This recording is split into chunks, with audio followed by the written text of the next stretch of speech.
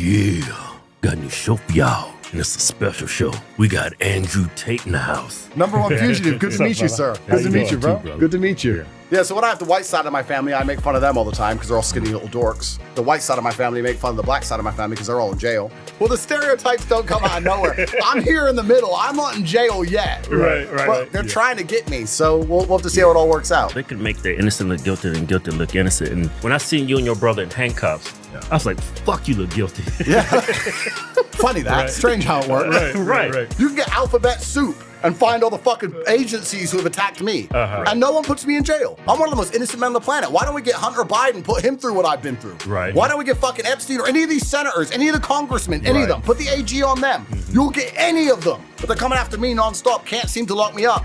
And people are at home going, he must be a criminal. Wake the fuck up. But these people hate me. They don't want the truth. They just hate me. He's been in Florida 6 days. What the fuck's he done? PVD podcast and fucking sleep?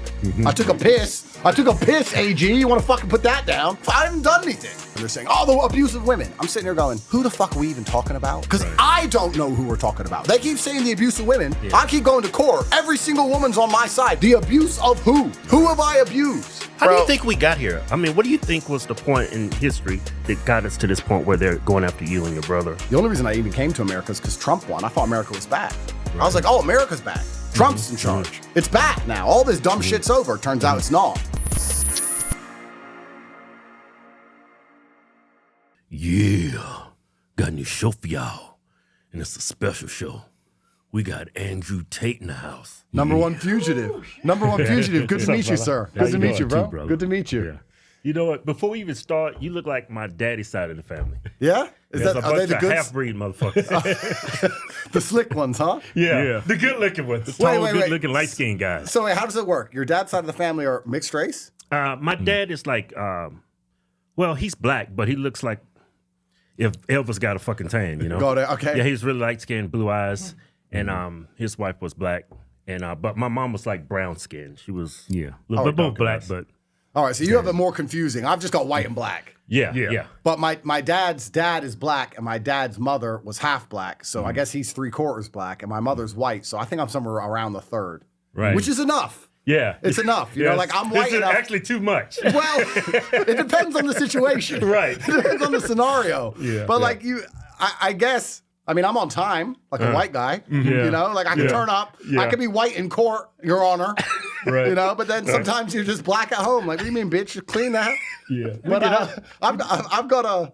What's interesting about having such a large dichotomy between my families is I've got a basically completely white family and a completely black family, which is hilarious. Yeah. Because I get to make fun of both of them. Yeah. No shit. Yeah. So your white side of family is what, Irish? Yeah. They're like Irish English. Yeah.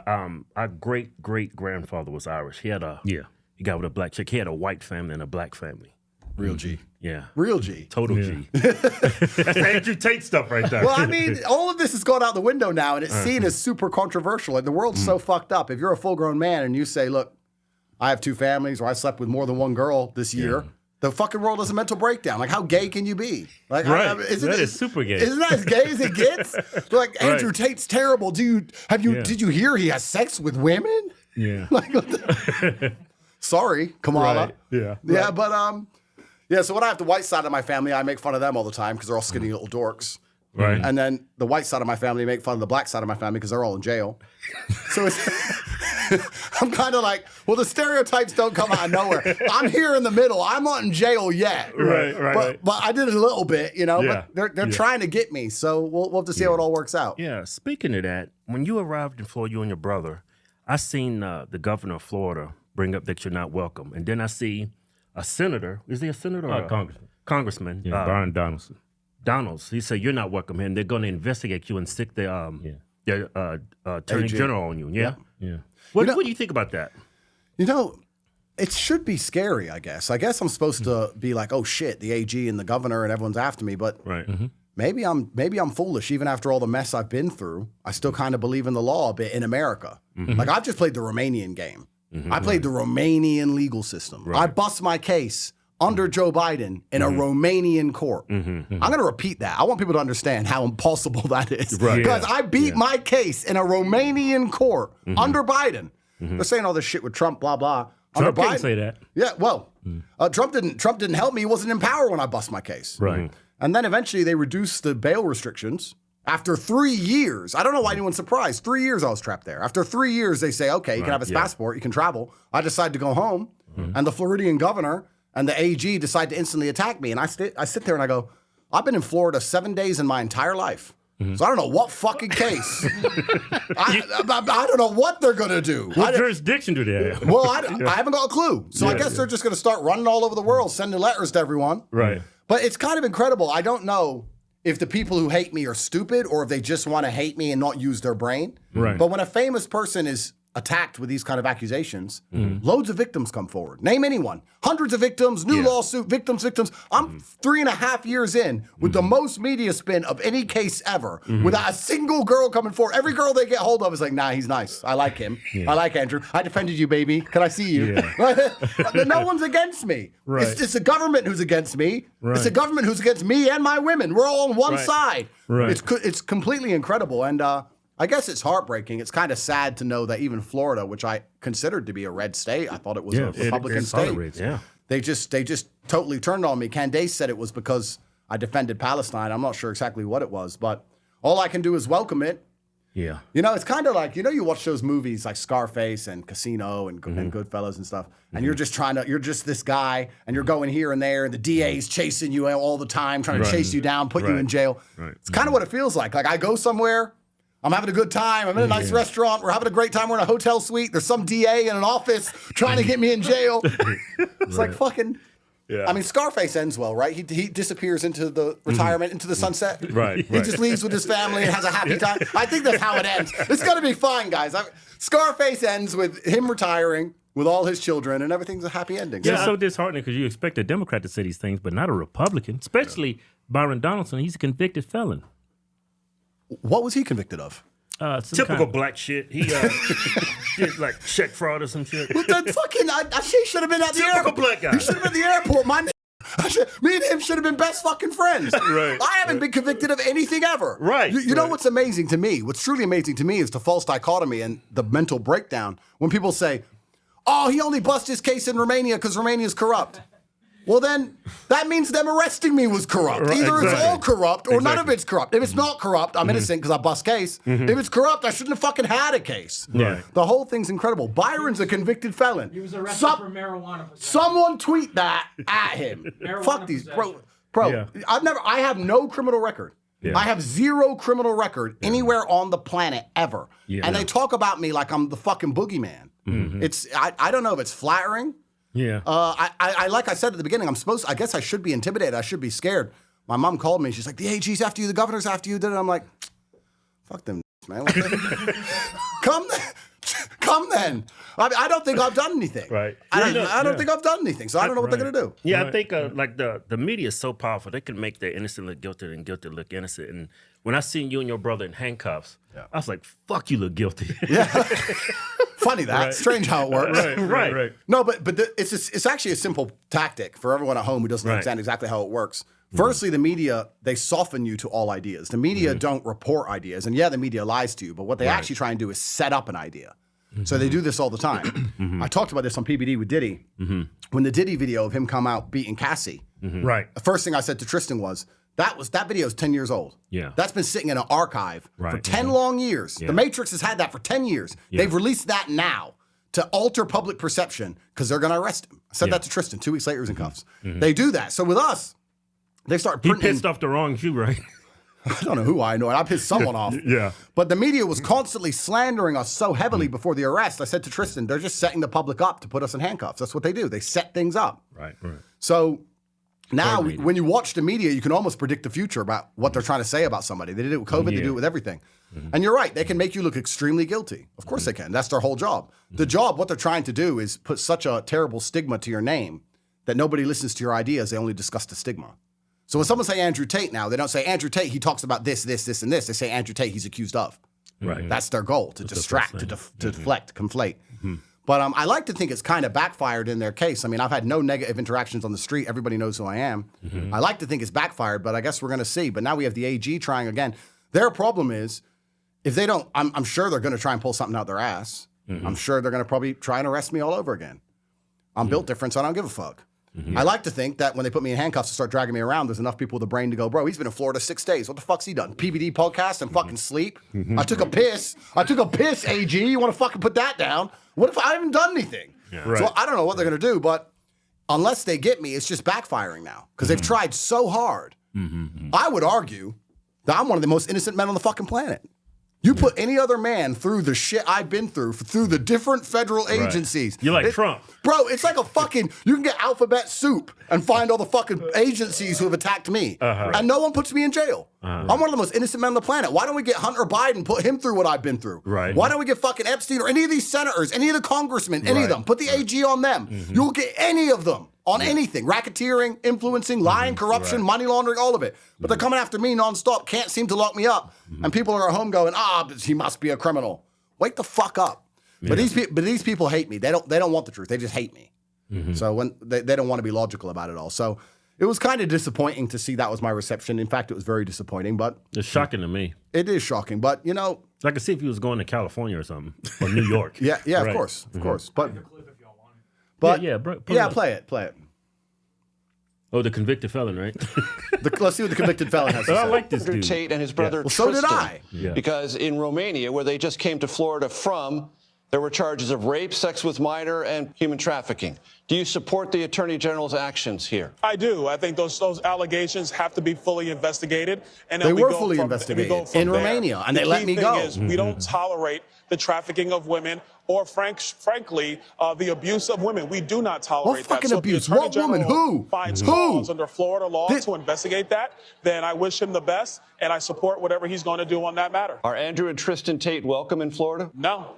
Quite frankly, not. Bro, because if you listen to some of the dialogue, I find it to be demeaning and disgusting. Guys, it's so amazing to me. The abusive woman. I'm sitting in this scenario, and they're saying, the abusive women. I'm sitting there going, who the fuck are we even talking about? Because I don't know who we're talking about. They keep saying the abuse of women. I keep going to court. Every single woman's on my side. The abuse of who? Who have I abused? You know, when they say the abuse of women, in our indictment, my brother and I's indictment in Romania, they said we're human trafficked. The mothers of our children. They're saying that the mothers of our own children, who we have kids with, that we lover boy method, so by being nice, and financial incentives. So wait, being nice to the mother of my baby and giving her money? So I finally do the white thing. I finally take care of my kids. Right. And they fucking call me a human trafficker. No wonder the brothers out here are like, well, fuck that, I'll catch a case. Right.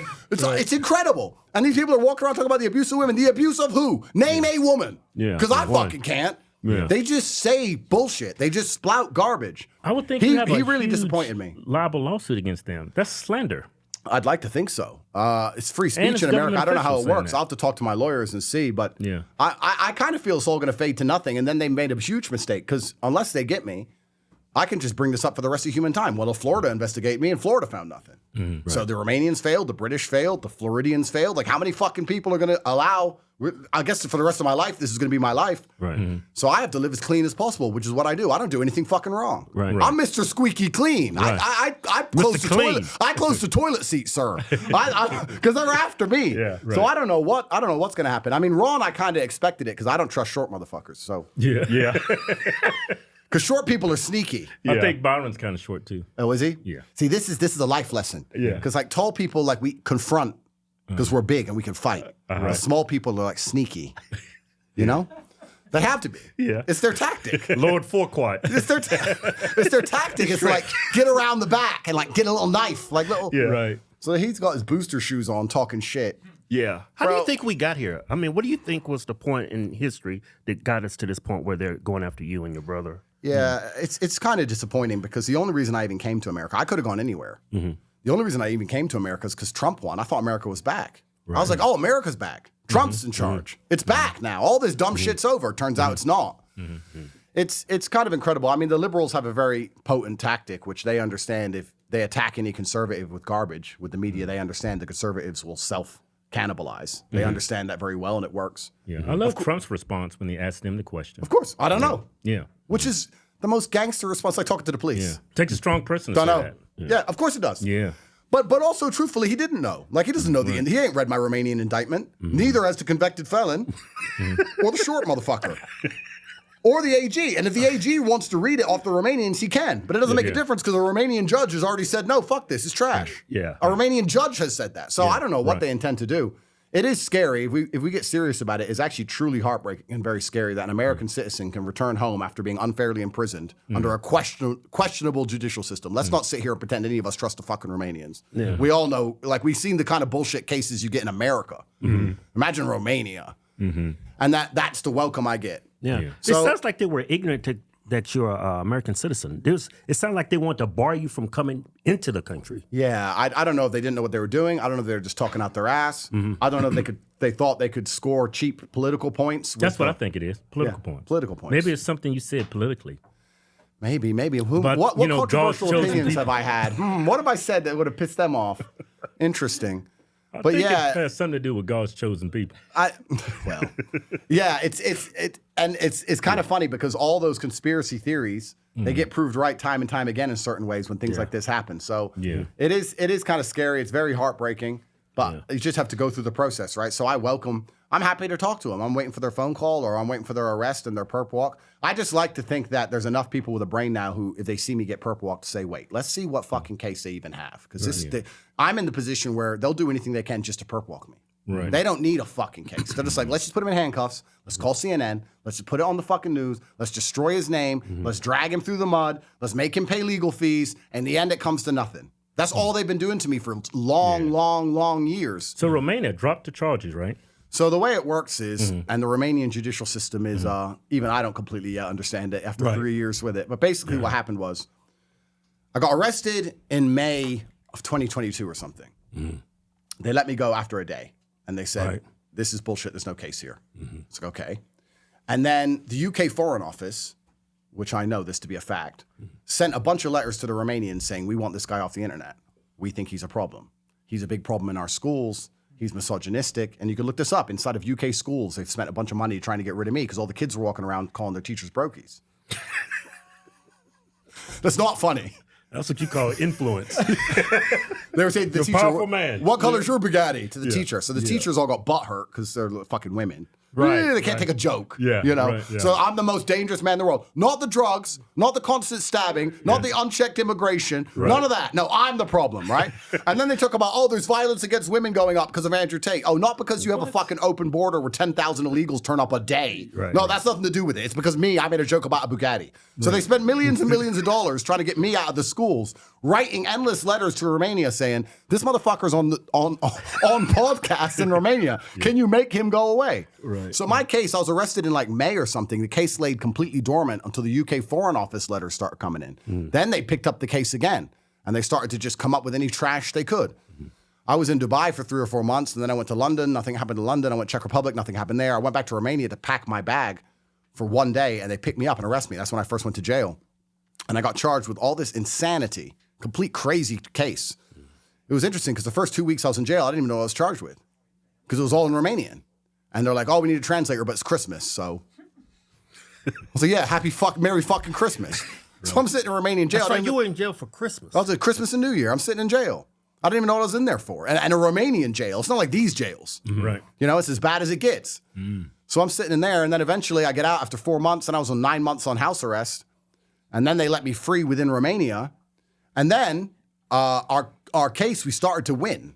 We were going to all these different court trials, and it turns out all the evidence against us was illegal. They illegally wiretapped us. They lied in the translations. Like, bro, they literally lied in translations. I'd say to Tristan, kick him out. And they changed it to kick him and charged us with violence, inciting violence. They just fucking lied. They just lied. Crazy. So the whole thing was a setup, and we started winning in court. When we started winning in court, then the Brits tried, because I don't know if you know my whole thing. I got arrested again for 24 hours, and the Brits tried to extradite us. And I was like, okay, what are we getting extradited for? They're like, in 2009, you attacked a woman. It's like, what do you mean attacked? Don't know. It says violence. It's the Romanian guy. He goes, it says violence against women in 2009.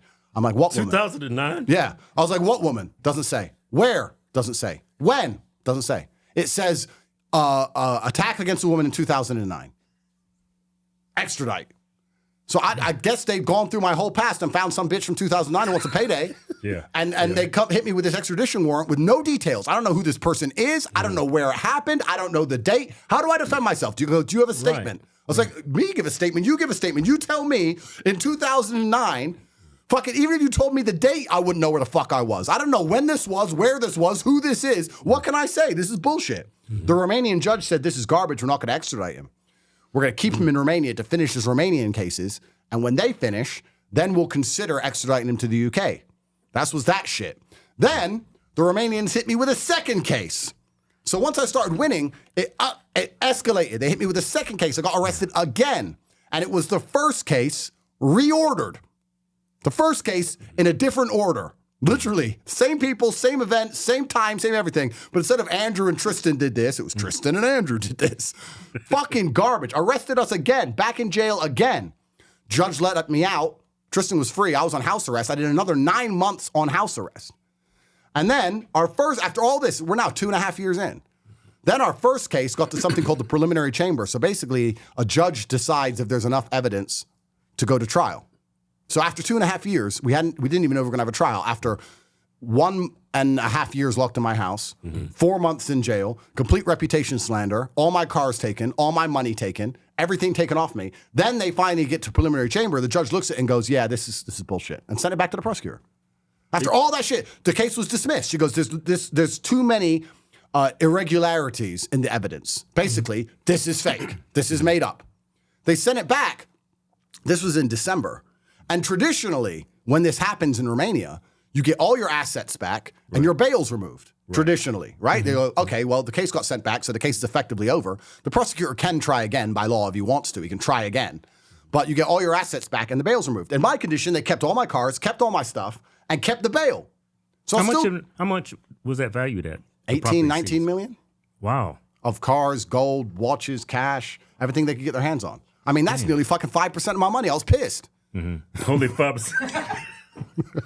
Rest of it's in the stock market. Right? Those motherfuckers like, we got him. How does he keep paying for lawyers? No, but so they kept the bail on and they kept all my assets. And then it comes down to 2 months later in February, they finally say, okay, we're going to give him his passport and let him travel, but he has to report to Romania once a month. So even though the case has been thrown back to the prosecutor, now the prosecutor gets a year or two, I think, to try again. You talk about a judicial system. Imagine in Romania if a prosecutor sends a case to court, they say it's all fake, it's all made up, this can't go to trial, and they give it back to him and say, we'll keep him on bail, try again. Here's years of his life, try again. Right. Fucking incredible. Yeah. They give me my passport, I get it, I fly to Miami for spring break, I get a fucking case here. Can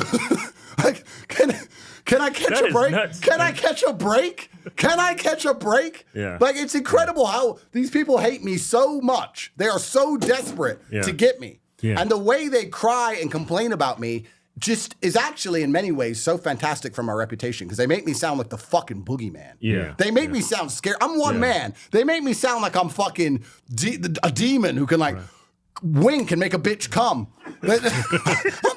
I'm just a guy with sunglasses on. Yeah. They're having a fucking mental breakdown about me. Not the drug cartels, not USAID, not people dying in the Ukrainian wars, none of that shit. No, Andrew Tate. Yeah. It's fucking incredible. They're treating you like Epstein. Bro, well, no, they're not treating me as good as him because he gets away with it. Yeah. He gets to do whatever the fuck he wants. Yeah.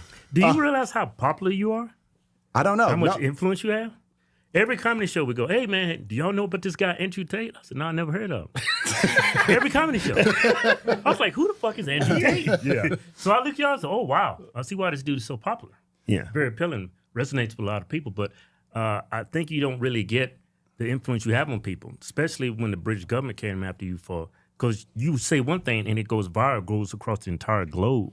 I think that's what they're scared of. I think what they're scared of, that you're empowering men. Yeah. Yeah. Because men are becoming feminized and weak. And that benefits the left, whether you're in America or you're in Europe. Oh, of course. I'm teaching men to think for themselves. And I've now become, unfortunately, you could argue, but I'm a symbol of bravery now. Yeah. So they have to chop my head off, right? Yeah. Like, let's be honest. Like, I want to be perfectly honest with you, gentlemen. I've thought about this long and hard. I had about a year and a half in my house to think about this. If they let me walk, I'm a problem. Imagine at the end of all this shit, they say, Tate's innocent. Yeah. Right? All we did to him was wrong. We owe him fuckloads of money. It was all made up. It was all a lie. You want to talk about influence? That's fucking influence. But that's not a comforting feeling. That actually makes me sit here and think they're not going to let me walk. Like, you think they won't fucking make it up? Like at certain levels of lawfare, at certain levels of the legal system, it's simply just a clown show. We saw it with Trump in New York. Right. At certain levels, it's nothing to do with law. It's about we need to achieve an objective against this person, so just fucking make it fit. And I'm sitting here thinking, do I stand a chance of a fair trial? Bro, when I bust my case in Romania, when I walked out the courtroom and we'd won, I was like, what the how? I mean, obviously I knew I was innocent. Obviously I knew it was made up, but I was like, they did all this and then let me win? It seems illogical to me for them to go through all this mess to then let me walk. Now that's logical if law is real, but I don't believe law is real. I believe at a certain level it's a target and hit job and they just fucking make it up. That's what I truly believe. And then you have to analyze it from a socioeconomic perspective. If the Matrix believes I'm such a threat to them and they believe that they're going to have more control over the entire world's population if I'm gone, I'm just one man. Sometimes the pawn dies for the chess game. Like, so I don't know what chance I stand, truthfully, which is why I laugh and joke about it, because I have to just come to the realization this is a fucking hit job. This is set up. I'm going to do my very best, but it is what it is now. At this point, it really, truly is what it is. It's like the ignorance of my mother, who I love with all my heart, but she's like, well, you've got good lawyers. I'm like, lawyers have nothing to do with this. Sound like a woman would say something. Yeah, like that. I just need a lawyer to beat the Matrix. Oh, okay. Right. My lawyer will tell him I didn't do it. Like, it's nothing to do with lawyers. It's nothing to do with law. It's all just fucking made up. Right. So it's kind of a scary position to be in, but all you can do is laugh and put up memes and make fun of them and piss them off. I guess I know my enemy's going to have no mercy on me, so I have no mercy on them. I'm not going to sit here and try and pretend these people are going to ever be logical. They're going to do their very best to destroy me knowing I've done nothing, so I'm just going to make fun of them the whole fucking way. Yeah. And if I do bust all these cases, then I got to worry about getting shot. So it's like, maybe I don't know what to do, but we'll see how it goes. I think a lot of people don't realize how corrupt governments are around the world, even the U.S. Yeah, of course. I mean, what they did to MLK, JFK, I mean... Even after COVID, even after Trump, they still don't get it. Yeah. Like, what's a government's end objective? A government's end objective is control of the population. And we all know what it's like. This is human nature. When you start to make money, you want more money. When you start to get control, you want more control. Right. This is how things work. A government wakes up every day and says, how can we control these motherfuckers even more? Yeah. They'll push as much as we'll accept. The only thing that stops them having absolute control is we'll revolt. But they're constantly testing that line. What can we get away with? What can we get away with? Constantly, all of the time. I'm a problem because I inspire people to fight back. And I've now been shown as a symbol of resistance. I'm the only person in history, in Romanian history, a big guy in Romania said this to me, a guy who'd been to jail a whole bunch. And he was guilty. And he was guilty as sin. Murder, drug trafficking, everything. He said, you're the only guy in the history of Romania who's ever spoken against the system and walked. Everyone shuts up when the system comes to them because they know it's corrupt. You're fucked. So you just like, I respect the judge. I respect the system. I look forward to the process. You're the only motherfucker saying this is bullshit, blah, blah, blah. Because you're the only person to ever do that, ever. And now you've beaten it. If I continue to do that here and everywhere else, they're going to have a really big problem because it inspires resistance. It inspires bravery. Bravery and masculinity is what they fear because they want to enslave us. They want to make us slaves. And it's the men who are not prepared to be slaves that are in the way. It's not the women that are in the way. Women are happy. Women love being slaves. They don't give a fuck. They don't give a shit. Give me Instagram likes. Give me a Birkin. I'll be a slave. I don't give a fuck. I'll go to fucking Dubai. I'll live in a fucking compound. I'll get pissed on. Give me a Birkin. I'm a slave. Great. Women don't care, right? Yeah, women don't give a shit. Women don't give a shit. And feminine men are basically chicks. So you have a few small subsect of men left who are like, no, I don't want a Birkin. I want freedom.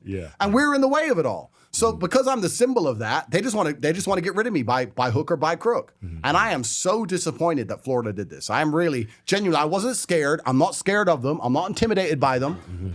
There's not a drop of fear inside of me. It's just genuine disappointment. I'm just like, what the fuck? I expected a hero's welcome, to be honest with you. I really truly did. But you learn something new every day, huh? So I guess when that jet landed, I had no Wi-Fi on the jet. When the jet landed and there's fucking media everywhere and the jet had been tracked and all this crazy. I was just like, dude, you got is it welcome home? Hi, guys. We're investigating. I'm like, oh, you motherfuckers. I was like, gee, I just landed. I'm tired. Yeah. Can I nap?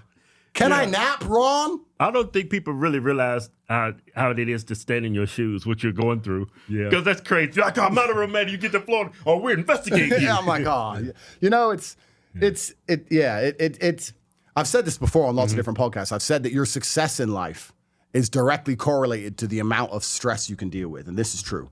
It's kind of like air resistance, and when you look at cars or you look at jets or any of these things, how fast they can go is directly correlated to how much air is going to be pushing against them. No matter how successful you get, Trump's a perfect example, Elon's an example, no matter how successful you get, the more successful you become, the more the opposite force is going to push against you. And most people get to a certain level and go, okay, that opposite force is too much. But I just kept going and going and going and going and going, and now I'm up here at terminal fucking velocity, and the enemy force is coming Mach at 5. me. Bro, yeah, Mach 5, exactly. Yeah. So, yeah, you're successful, but sure, it's very stressful. I think a lot of people, the way you resonate with so many people, because you're brutally honest and you look at things like with a clear mind. Like I saw this one video where you was comparing a transgender, which is a man, right? Yeah. But you can't tell it's a man. It's like a female. Yeah. And then you got a woman, but she like Hulk Hogan. You said, if you fuck Hulk Hogan, you're gay. Which makes sense because you're getting up for a dude. Of course. Yeah. I say things that make people think. Yeah. Right. You know? Right. And then what I do, I say things that make people think, and then there's certain people who can't think, so they get upset by it. And then there's and then there's also, I say things which are clipped out of context, and people take those clips and put them everywhere over the internet, so people only see that, and they remove all the context from it. It looks worse than it is. Yeah. The most recent thing I said, and I'm not saying anything I say is wrong. It's not wrong. It's right. But they just don't like the way I say it or make people think. I said something. I was arguing with someone on Twitter. Have you seen my tweet that women are sex workers? Have you seen that one? No, I haven't seen that so one. basically. Because he has. I'm laughing. Let me laugh at myself for a second. Yeah. Why do they put me in jail? Don't arrest me. And then I sit here and go. Which is true, because a lot of women have a financial incentive when they even date a man now. Yeah. So I said women are sex workers. I said women. They try and find one customer called a boyfriend or a husband who in return for sex pays for their whole life. If they can't find one customer, they find a bunch of customers on OnlyFans. And if they're not hot enough to have any customers, they're miserable and they have a job. They're sex workers. All women at some degree are sex workers. And then I put that up. My girlfriend goes to me, I'm not a sex worker. I was like, let's stop having sex. See how much money you get. She goes, well, yeah, I guess. Earn your money. So you're a sex worker. Women are sex workers. And I was saying that, and then I also said that men are judged on our competence. We're only judged and we're only cared about for what we can do. Nobody gives a shit about our feelings. Nobody gives a shit about, there's none of this, poor him. No one gives a fuck. If you're not useful to somebody or something, you can fucking die in a ditch. Not only do women not care about you, society doesn't care about you, and other men don't care about you. We all want useful friends. I don't want no fucking useless next to me. I don't know you. You can't do nothing. Those are the worst. Those are the worst. I hate them too. They're leeches. They're leeches. So men are judged by competence and women are judged on the sex. So women are sex workers and men are competence objects. Yeah. And I say that, and bro, the mental breakdown, mental breakdown on Twitter. He said, oh, women are sex workers. It's like, just because you're ugly and you can't get a fucking sex work job, if you were a baddie, you'd be on a yacht in fucking Dubai, but you're not. So it is what it is. I came across this quote. It said, show me a person that tells the truth 100% of the time, and he'll be the most hated person in the world. Well, I'm getting close. I'm getting close. But and I also do understand a lot of it's the way I frame things. I do kind of say things in the most not aggressive, but prerogative way possible. I don't say women can't lift as much as men. I'll say females are weak. And then they'll have a mental breakdown. But it's still true, but I just say it in that way. But maybe I'm a troll. Guys, let's do this. This is like Dr. Phil. Let me be honest. Maybe I just can't control myself. I love pissing them off. Maybe you feed off that shit. Maybe I'm just like, women are sex workers. And I read the tweet back. I'm like, this is going to piss them off. Don't do it. Andrew, you're a female judge. You got a female judge. I'm like, what the fuck am I doing? And then I walk in front of the female judge in Romania. Your Honor. Maybe I just can't fucking help it. I don't know what it is, but I believe it to be true, so I say it. You're very polarizing. Polarizing's the word. Everything, we did a video a couple of days ago. I said, man, everything you say is actually true. You can't deny he's not lying. If I was lying, they wouldn't attack me. If I was lying, if the things I was saying weren't true, they wouldn't attack me. They'd mock you. They wouldn't give a fuck. If I was walking around saying things that weren't true all the time, they'd completely ignore me. The reason they fear me so heavily is because I say things that are true. If I say women can't drive, the reason they have a breakdown is because women can't fucking drive. That's why they get mad. Especially Asian women. All of them. Bro, my girlfriend says to me, I'll drive. No, I'll walk. I will walk before you drive me anywhere. Ever. Bro, if I get on a plane, the female's flying, I'm turning around and getting back off that fucking plane. No, I'm not doing it. Y'all seen that somewhere? Yeah. If I get a plane, there's a female pilot, I'm getting the fuck off. No, but they'll get so offended by this, and they'll be like, "How could you?" Every man knows I'm telling the truth. You know that. Women panic. Women panic under pressure. So if my plane's going down, I would argue, call me crazy, that's pretty high pressure. You know? Right. She's gonna be screaming. She's gonna be screaming. That's the last thing. You know when you get on a plane and they're like, in the event of an emergency, your air stewardess will give you the, and you look over and you see some fucking 19-year-old bimbo. That's the first thing I think. I go, who's gonna help me as this plane crashes? You gonna hear that bitch screaming, cake face with her fucking makeup sitting there on TikTok. I'm like, oh great, the plane's on fire. Nancy, what should we do, Nancy? Fuck off. She ain't gonna do nothing. Right. It's all like, but you're not supposed to say these things. You're not allowed to say these things. And one of the main reasons you're not supposed to say these things is because actually the Matrix is a very powerful weapon.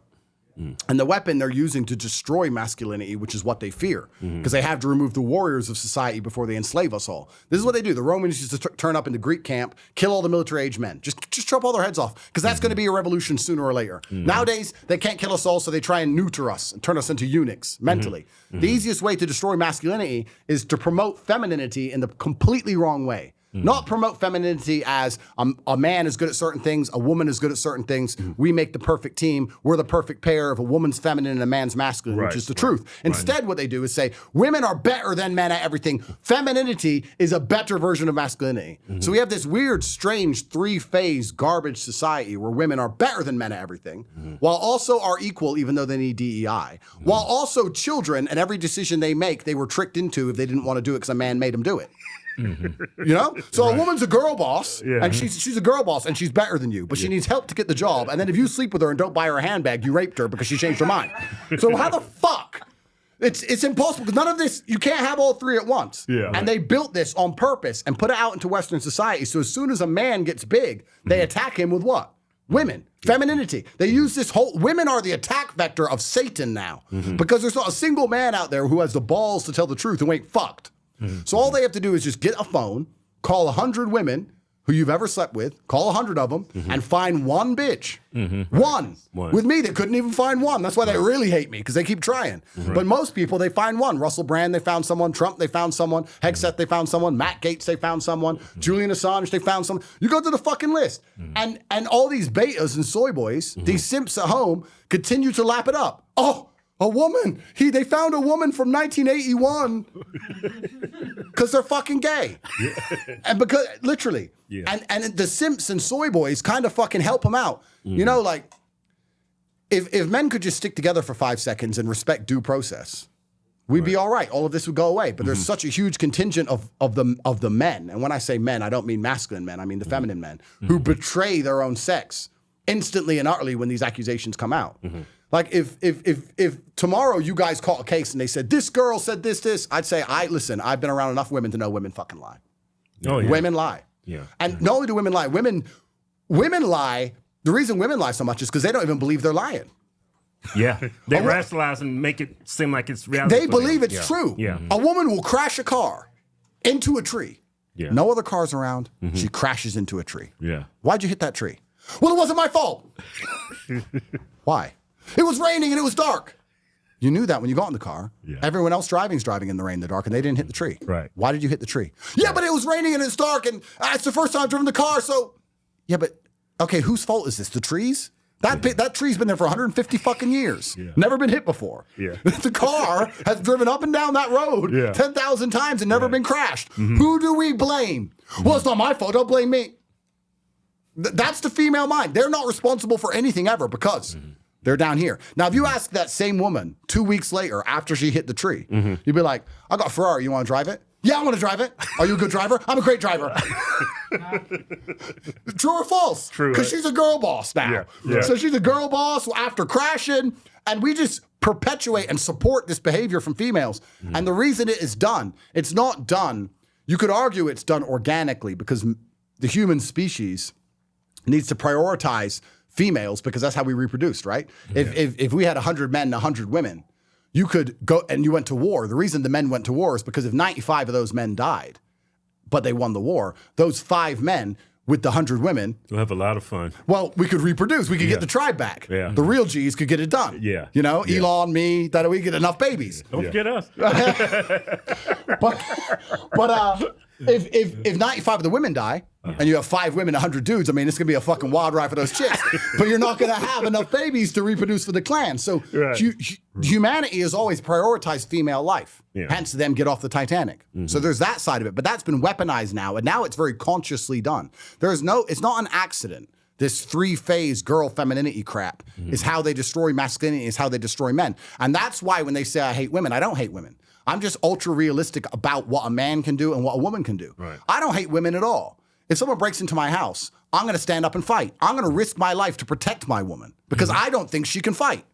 Right. But of course, when I say women can't fight, I'm a misogynist and I'm terrible. How am I a misogynist if I'm fucking dying for her? Yeah. Right. It's a psyop and it's a media spin. Yeah, but it's bullshit and people fall for it all of the time. And it's the traitors and the treachery within the masculine team. Men who sit there and go, oh, a woman said, well, you haven't been around enough women to know women fucking lie. Women fucking I lie, learned that bro. when I was 19. Literally. She called the cops on me. I was in San Diego. I was in the Marine Corps. Okay. She said, I'm going to tell the cops you hit me. And then she just starts screaming, ah, ah, ah. And then the next door neighbor, what's going on? He hit me. They call the cops. Bro, exactly. Yeah. Literally exactly. So it's like men who have never been around women and put them on a pedestal and idolize them seem to think they're these perfect creatures, which is why you can never trust a motherfucker who can't get laid. They don't have any women, though, those type of men. Of course they don't. Right. And they've never been around them. Right. Which is why one of my litmus tests for my circle as a whole, if I see a guy who's struggling with bitches, I don't talk to him. I'm like, oh, you're struggling to get women, or you're always crying over some bitch. You're always sad about women. Yeah. You know, you're a traitor. You're gonna betray me. Pathetic. No, I'm telling you. No, I totally get it. The guy who's crying over some bitch, when she finally calls him, goes, I'll take you back, but I don't want you hanging around with Andrew anymore because there's too many girls around him. He'll be like, oh, okay, babe, love you. Like, you can't trust those motherfuckers. As soon as I find a guy who's bad with women, I don't trust him. Right. I've been in business meetings before where a guy is like fucking, oh yeah, the wife, complaining about his wife here and there. I guess he thought he was building rapport and being cool. I was sitting there, you want 10 grand of my, you want 10 M of my money? You can't control a woman? You can't tell your woman to shut up and make dinner while you're out getting fucking paid? And you want my money? Yeah. No, sir, rejected. If you have any kind of problems with women in your life and you can't control them, get rid of it. I don't want you near me because those are problems by proxy. They end up on my plate somehow. All of a sudden now my business partner's not coming to work because his bitch is fucking his neighbor.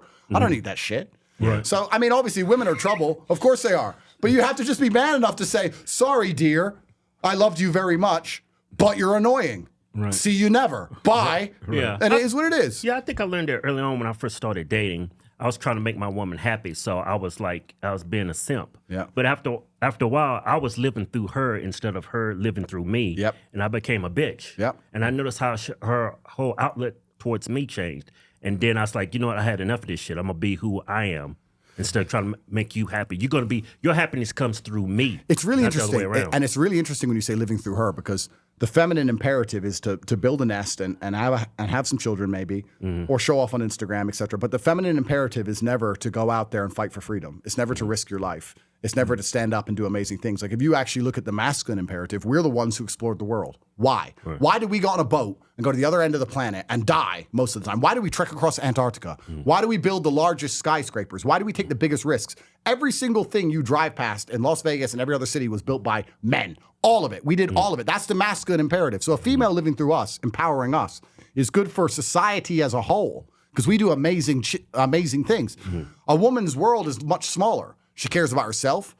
Biologically, she's a lot more selfish. She cares about herself and her offspring. That's her superpower. That's good. But if you're going to allow yourself to live through her, you're not going to achieve anything amazing. You can't. Because you're too busy sitting at home having date night every fucking night of the week, checking on her every 20 minutes. Are you okay, babe? You seem upset. Fuck that shit, bro. It's gay. Yeah. Fuck that, bro. It's gay. Yeah. You see this Elon stuff that just happened on Twitter with his baby mama? Yeah, I've seen that. Bro, he's black. Get him in here. Yeah. He's as black as they come. And all these conservatives are trying to give him a hard time. I don't know if you saw I did a half an hour breakdown. I did a video of it, but I said, my guy's putting fucking rockets in space. You think he has time to sit around holding hands with some fucking chick and date night and fucking eating popcorn? Yeah. Watching fucking Twilight? No. My wife was, let's watch Twilight. I ain't watching that shit. Yeah. I'm playing Diablo, bitch. Get out of here. No, he makes the baby. The baby's done. Okay, the baby exists. Mission complete. Yeah. Back to SpaceX. Right. And she's like, he didn't even text me on Valentine's. He's the busiest, most famous. He's the richest man in the world. the hubris this female's operating under. Of course, you're not that interesting. You're not more interesting than rocket science because you're not as complicated as rocket science. You're really not. Right. So a certain echelon of achievement as a man also, yeah, you have relationships with females, but they're pretty driven by reproduction, and they're pretty just like, okay, we have a kid, I take care of you, I take care of the kid, that's fantastic, I love my kid, I love you, okay, that's great, see you later, I'm out, I got shit to do. If you sit there and live through a female, then you can't achieve amazing things. You live through a female, how do you run SpaceX? How do you run Tesla? How do you do anything? Yeah. You can't. Yeah. Like, I love my wife, but when we started doing YouTube almost like, how many years ago? Like 15, 16 years 2008, ago? I think we Wow. She would always tell me, why don't you go get a real job? If I'd have listened to her, I would have never achieved what I achieved. Exactly. Yeah. Exactly. So, and female love is powerful. Like, you can be protected by female love, but also female love it's the easiest way they try and protect you is hold you back from things. That's what they do all the time. They try and hold you back. And if you let them, then you're never going to achieve much. I had women leave me because I was too close to my brother. Bro. Which is crazy. Bro, it's not crazy because me and Tristan get the same thing. Because me and Tristan live together. Yeah, Still. They get jealous of your brother, right? Yeah. That's wild. Yeah. Because we've seen it because we're twins and we're really fucking close. Yeah. Women get jealous over our relationship. Because they want to have what a woman wants is absolute emotional control over you. Because if she can emotionally control you, then she feels safer. You'll ask yourself, why does a woman always start a fight before you go out to the club? Well, the reason is not because she gives a shit you're going to the club. It's because she knows if you're in a bad mood, you haven't got any game. Right. If you're pissed off, you haven't got any sauce. She doesn't want you smiling in the club, having a great time, because then you might get a bitch. But if you're in there like, fucking this fucking bitch, texting. Texting you the whole time. Yeah. That's what she wants. That's why you can't win the argument, because it's not about the argument. She's trying to take your sauce away. She wants emotional control over you. But if you're close with your brother and she's trying that and you're like, I'm with T now, so I don't give a fuck. Yeah. She sees that as a threat over her ability to emotionally manipulate you. Which is what she wants to do to preserve herself. Of course, if she can do it too well, then you become boring. Then you're just a target that's been conquered. It's human nature. Like we talked earlier about explorers. Christopher Columbus, he came here and did whatever he did. When that was done, he's like, fuck it, let me go somewhere else. If a woman completely controls you head to toe and she's seen everything and she can wrap you up around her finger, you're boring. Then she wants the next land to conquer. That's how it is. So you've always got to be unconquerable. And that's another thing that blows these people's minds. All these fucking dipshits who are saying that I'm terrible to women and I abuse women and all this garbage. Mr. fucking convicted felon who sold me out, I guarantee I got more kids than you. I got more women who love me than you. I got more children than you. I got a better relationship with women than you do. I guarantee you argue with your wife more than I argue with my wives ever. How many wives you got? Enough to bake the bread. Yeah. So, like, where's this bullshit about me being bad to women? Yeah, right. If I'm so terrible, why all these women love me? Yeah. Oh, and then they'll answer, well, because of money. So you're saying they're sex workers? Let me get the tweet up. You're saying women are just sex workers because I'm rich? Is that what you're saying? Right, that sounds awfully misogynistic. Right. You know, it sounds misogynistic. Yeah. Then they'll come along and say stupid shit like, oh yeah, but you tricked them. Bro, imagine this world, bro. Yeah. They really are going to go out here and allow women to have the same roles as us in society, girl boss us all over culture. In every movie, women are beating up men, and the dad's the idiot, and the mom's the smart one. They're going to girl boss us the whole way. Yeah. But if a girl does anything ever that anybody doesn't like ever, she was tricked.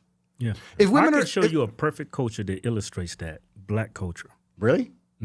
The women, they're just unbearable. I don't date them. And that's why you see a lot of black men not dating black women. Yeah. Because the black woman is the man of the relationship. Yep. That's why no one wants to be the with one that called the cops and she was a black chick. Well, there you go. Yeah. Absolutely. Yeah.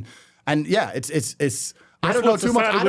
I don't know too much about the black women in America because I haven't been here in a long time. Yeah. But from what I've seen online, you always see a clip of like some Texan woman like beating the shit out of some poor Chinese girl. Like you're like, what the fuck? How did this even happen? They're very masculine in America. Yeah. It's like they have a chip on their shoulder, or I think a lot of them just feel they're less than. Yeah. Not all black women, but it's a good majority. It's a good majority of them. Black women, they act like men. Well, we can apply this to things because I mean, even if we remove the races and we just remove into the we say women are sex workers, which of course is going to get me in trouble, but we apply it to the number one thing females are judged on, which is how they look, their appearance, their sexual. Yeah, not the mind. No, they're judged on how they look and how attractive they are. Right.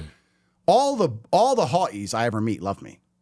Beautiful women love me. They think I'm fucking hilarious. And they're like, he's rich and he's fucking funny. I'll have his kid. No problem. All the baddies love me. Yeah. If a woman's going to leave a negative comment about me, I look at her profile picture. I'm like, bitch.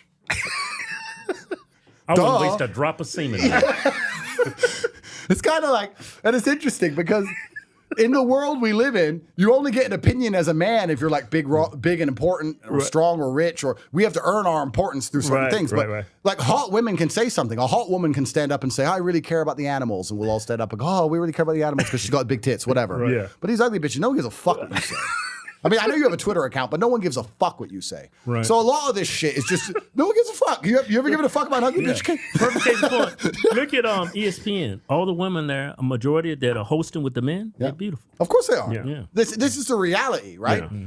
So a lot of these things also, especially in my case or the online hate, etc., a lot of it's just revenge of the nerds. A lot of it's just a bunch of fucking nerds and a bunch of ugly women sitting around, trolls in their fucking bedrooms, angry that I wanted life and they didn't. And they're just trying to take it out on me. And it's a fucking setup. It's kind of funny.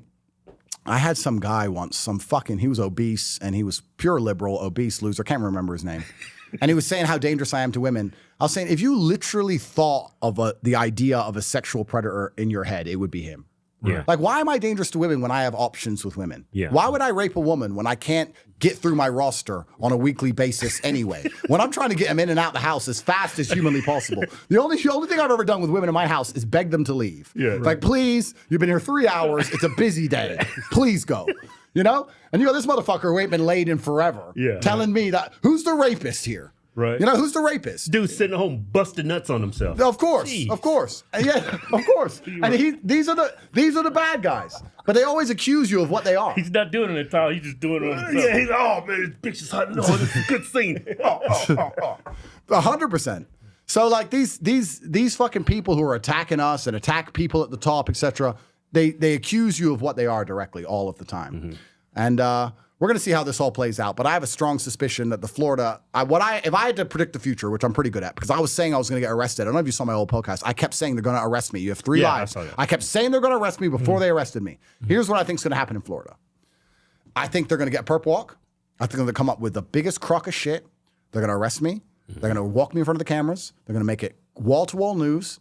I'm going to walk around handcuffs. I'm going to look guilty as fuck. You look guilty with handcuffs with police. I mean, the fuck you do. They're going to say all this shit. They're going to take me in for questioning. I have a strong suspicion they may not charge me because I have a feeling they haven't got enough to charge me with, but they might. They might charge me with some crap. And in the end, years from now, I'm going to walk it. And they're just going to waste 2 more years of my life, 2 more years of my reputation. It's kind of, you have to see everything in the world as a blessing from God. It's the only way to see it. Because if you didn't see it as a blessing from God, it's pretty fucking hard to deal with. You have to see the positives of all these things because once I bust it, then I'm going to have another accolade of innocence, and I'm going to be more well-known and more famous than I ever was, and that's fantastic, and I'll find a way to make all my money back. Great. But the next 2-3 years are going to be rocky. It's going to be rocky dealing with this shit. But what can you do? You just have to approach it like a man. One of the main things I think they're trying to achieve with me throughout this 3 or 4 year process, I've had a lot of people come to me from America, from Britain, some billionaires from Germany, loads of big Romanians, because Romania is not poor like people think. Big money in Romania, mafia money. Like there's money everywhere. And everyone comes to me and they go, why don't you just change your persona online? Why don't you just, what they want me to do is say sorry. What they want to do is say, look, Andrew is the top G, Mr. fucking tough guy. Look, we got him with the system. And look, he said sorry. Look, I'll tell you something. I actually am a fan of his, and this is not shade in any way. What was his name? Byron Donalds? Yeah. Next day, he put out his apology. I don't know if you saw it. Put out his sorry. That's what they want. They want the sorry. If I say sorry, this will go away because then they'll always say he ain't shit. Look, he bent. He broke. Yeah, dude. If you say sorry, I'm transitioning. Well, that's I'm putting on a dress lipstick. I'm gonna be the biggest fag. Well, but that's the thing. They know I won't. Yeah. But that's what they want. Yeah. Because what they're trying to do is break the symbol of resistance, which has ended up being me. I'm not saying I'm better than anyone else. I just ended up in this position. I'm the symbol of resistance against enslavement from the Matrix. So like, if we get this motherfucker to say sorry, and act like he's broken in some way, if we finally break him down, everyone's going to know and they're going to shut up when the heat starts coming. But with me, they can't get me to say sorry. That's why they're so frustrated. That every single time you see a video of me and Tristan, we are laughing and we are joking and we're saying, do it, put us in jail. I miss jail. Like, they can't stand that we have fun all the time. Right. Tristan said to me this morning, he's like, fucking DAs are after us. We're in a Vegas suite. We're the fucking mob. I was like, mob, we don't do anything. He goes, yeah, but it's cool. I'm like, well, yeah. That's what they hate. They hate that we won't say sorry. What religion you practice? That's a good question. I'm a Muslim. My brother is Christian. You think that has something to do with it? Because that's beautiful. He's Yeah. Christian, you're Muslim. Why is there so much of a disconnect between Christians and Muslims? I never got that. Fox News. Yeah. That's who demonized the Muslims. Yeah, I think that's a huge part of it, especially like 9/11, and they put a huge spin on it. There's also a huge disconnect where people assume or they attribute Islam to the third world. So like a third worlder will do something and they'll say, see, these Muslims, etc. But if you let in a third worlder from anywhere, he'll do something. You can let in a third worlder from Guatemala or the Central African Republic. They're not Islamic and they can commit a crime. Especially in Europe, we have this problem as well. So, Haiti. Haiti's enough. Haiti, exactly. Candace said to me, who I'm a huge fan of, I truly think she's amazing in the work she does, but she said to me, she said, she said on October 9th, when I defended Palestine to Piers Morgan, that's when all the conservatives turned on me. Ooh, She said she said viscerally, I saw it the same day you defended Palestine. It's the day they all came for me. Yeah. I was like, yeah, maybe it is that. Perhaps they do have some there's power. a drop in our views too, since we've been criticizing. Oh yeah, they'll just start to slowly shadow ban you and they'll come after you, etc. But the thing that's also annoying, and I said this as well, but I'm gonna say it again, because if you're an intelligent person, you understand that everything is nuanced. There's nuance everywhere, right? But you can't have nuanced arguments. Ian Carroll just went on Joe Rogan and spoke about a lot of the issues that, that are happening in the world today. And he's still getting called a Zionist agent. Yeah. And Mossad. I get called Mossad. Have you guys been called Mossad yet? No, just straight Jew haters. All right. Well, you're doing good. Because I've had that team turn on me. Right. Yeah. Because you're never based enough for the Anon account on Twitter who has nothing to lose, right? Right. So you can mention certain things, you can bring certain things up, but if you're not 1,000% mentioning it all the time or it's all you talk about, then they turn on you and call you a Mossad agent. So supposedly I work for the Jews now, funnily enough, even though I literally risked my life defending Palestine on Piers Morgan and got in a whole bunch of trouble for it. But then they asked me something else and I must not have answered the way they wanted, and then they went crazy. So there's not very much nuance in these arguments either, which causes a huge problem and a disconnect because, yes, I agree there's a huge problem with Israeli influence over the American government. I agree. Zionism. There is a huge problem with it. There's no doubt about it. Yeah. But when I think conservatives and Republicans, we are pro-life Christian. Yep. What's happening in Gaza is not pro-life and it's definitely not Christian. Absolutely. I don't know why we're in bed with Israel and then we fund that war. They call it a war, but those people don't have weapons. Yep. They don't have an army. Yep. I mean, they have some weapons. I mean, it's like a little posse. It's not a fair fight. Yeah, it's not a fair fight at all. Yeah. It's not a fair fight. When I look at the drone footage, it looks apocalyptic. It truly looks apocalyptic and it's extremely sad. And also I find it amazing that, like, if you're a nationalist or you're a conservative and you believe in the rights to your land and you believe in America being America, and you want to protect your land, then you should understand that other people want to protect their land. Exactly. We push back on illegal immigration. Yep. What's going on in Israel? Yeah, but they say Palestine never existed. That's why I hear all the time on social media, especially on Instagram from conservatives. That place never existed. Yeah, they're ignorant to it all, and it's a long and complicated history. But even if you don't want to go down the entire history of Palestine, Israel, this is what I was saying to Piers because he doesn't even let you fucking talk. I was like, I haven't got time to explain history to you, but exactly like you said, this is clearly a genocide. What's happening is clearly completely inhuman. Right. Forget religion, forget any of these things. It's inhuman what they're doing to these people. Yeah. It's unacceptable what they're doing to these people. And it's also the media spin they put on it tells you a lot because when Hamas try and fight back, it's a terror attack and it's barbaric. And when Israel fight back, it's a tactical strike. Right. Oh, tactical strike. That actually almost sounds like it's okay. Yeah. Have you ever seen the result of a tactical strike? Because all I see is drone footage. Yeah, I see buildings crushing children when we call it a tactical fucking strike. So again, it's all about the language they use and how they frame everything. Right. It's truly incredible. And Did you see sad. that video that Trump posted? Can you pull up that video? He put up an AI meme of Trump's Gaza. Yeah, like Trump's stance on Gaza, like turned into like this oasis for the Jews. I was like, dude, that is tone deaf. He put this up on, I think I've seen it, yeah. Donald is coming to set you free, bringing the light for all to see. No more tunnels, no more fear. Trump Gaza is finally here. Trump Gaza This is trans, right? Golden future, a brand new life. Feast and dance, the deal is done. Trump Gaza, #1. But hasn't Trump stopped a lot of the killing, would you argue? I think it's a lot calmer now than it was before Trump got in. So maybe I'm wrong, maybe this is why they call me a fucking Mossad agent now, but I give Trump the benefit of the doubt that at least he stopped the killing for now. At least. That's stage one, right? Right. Everything's incremental. Is Gaza ever going to look like that? Fuck no. We all know that's never going to happen. Yeah. But he stopped the killing at least at the beginning, which I think is the best thing. Yeah. If Kamala had won, which you would argue are supposed to be the left and the pro-Palestine, etc., the killing would still be going on. Because Kamala, there's no way Kamala would stand up against the deep state and the warmongers, which is another thing, which is going to get me in trouble, but we're going to talk about it. We talk about females. Yeah. Why I don't believe women should be in leadership positions in most cases is because I don't believe women are competent enough to lead, because I don't believe women are brave enough to put themselves on the line.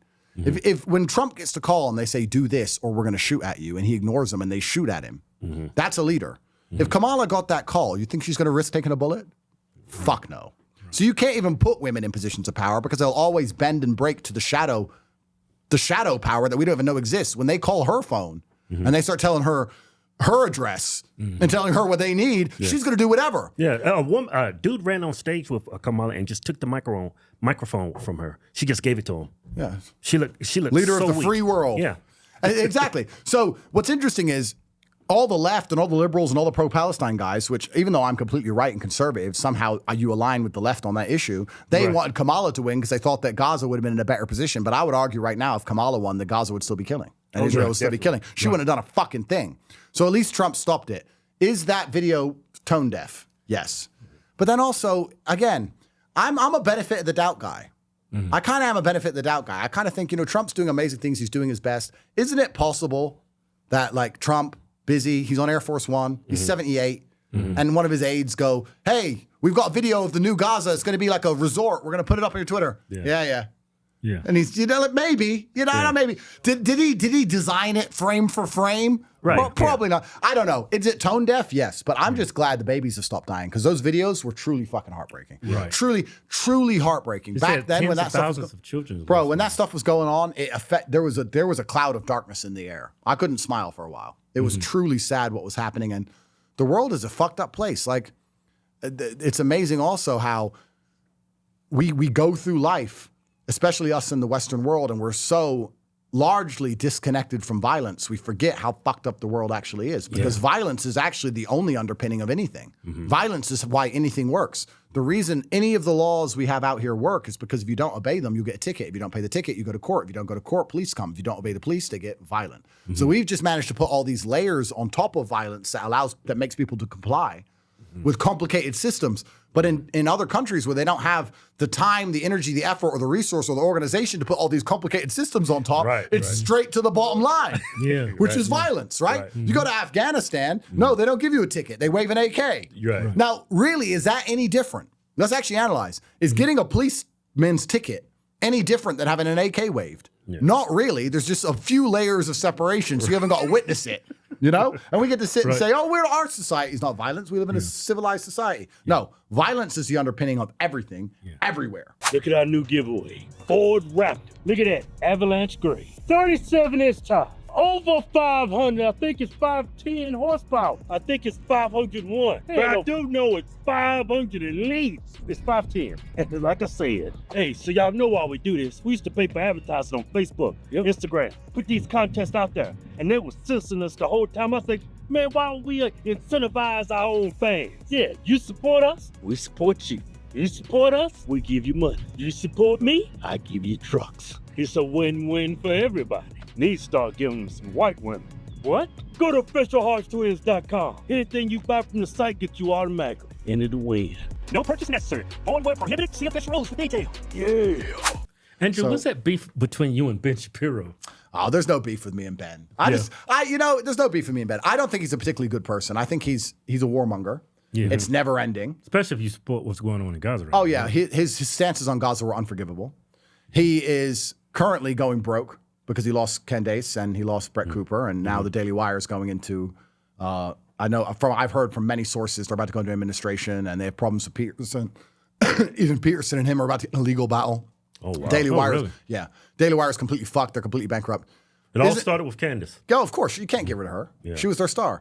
And then who's the owner of the Daily Wire? He's a really he's a really interesting person. Yeah, what's his name? Jeremy Boring. Yeah, Mr. Boring.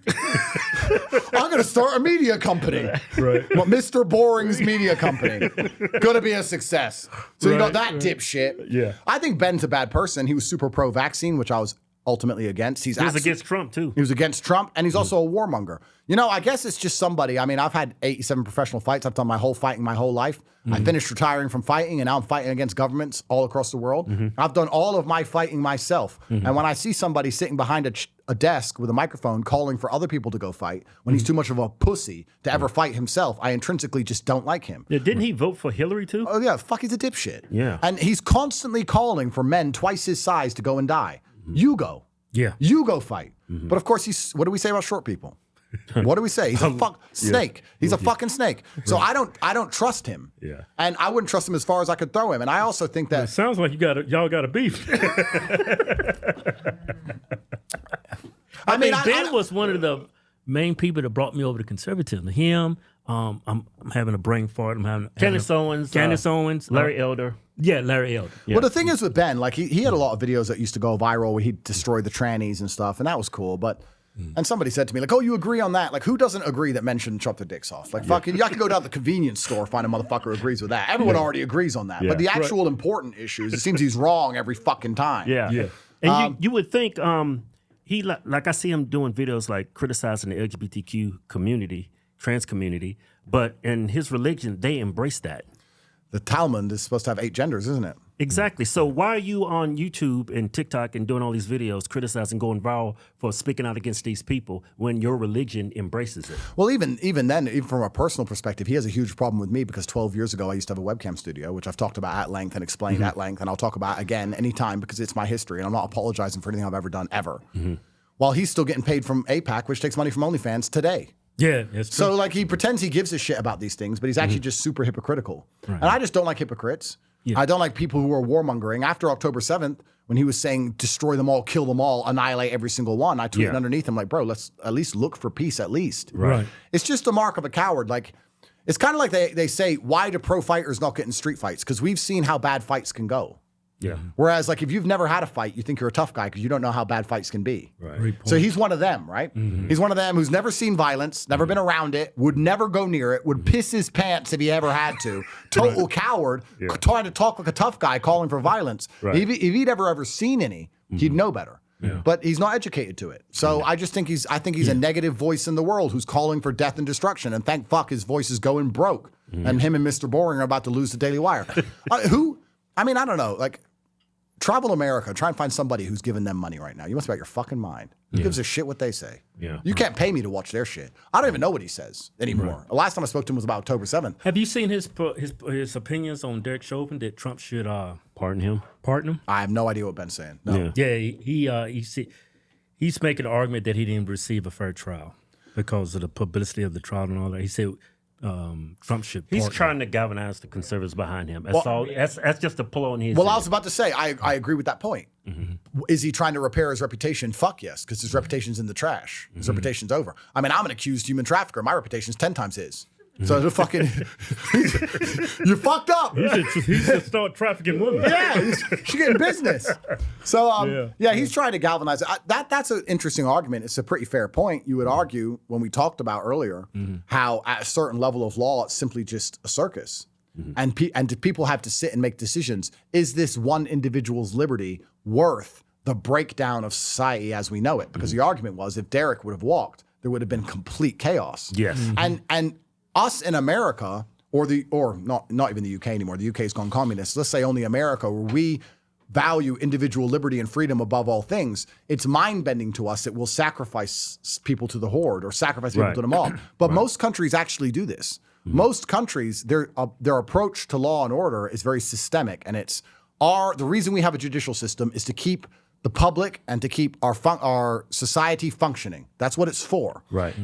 We don't give a shit who's innocent and who's guilty. We give a shit about people believing in the system, fearing the system, and obeying the system. Right. So if we have somebody here who may perhaps be innocent, but if they walk, it damages the system and the beliefs in the system, that person's liberty isn't worth it. The ant farm's worth more than the ant, so fuck them.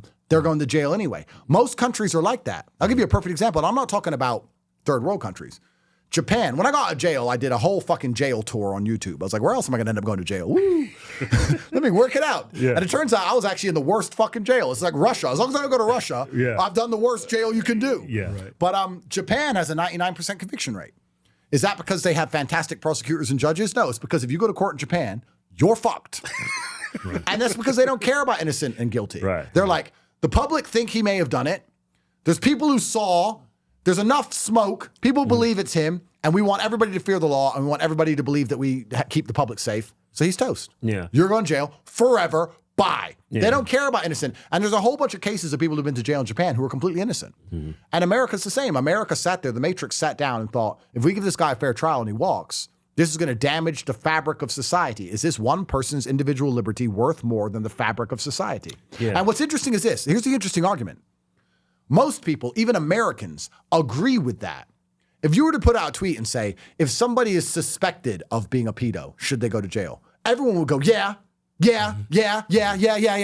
Suspected of, not convicted, not proved to be, suspected of. People are perfectly happy to have this mob justice if you can convince them to, as long as it's not them. When you end up on the other side of the system, then you're like, what the fuck? Because Romania is the same. Romanian judicial system is, because Romania is a very safe place. It's actually beautiful. You can walk, I walk around with $1 million watch. I drove a $5 million Bugatti. I parked it on the fucking street. Girls walk alone at night. It's one of the most Christian countries in the world. It's ridiculously safe. You're not going to have any kind of violence in Romania. You go out, you get drunk, you fucking stumble. Nothing's going to happen. Very safe place.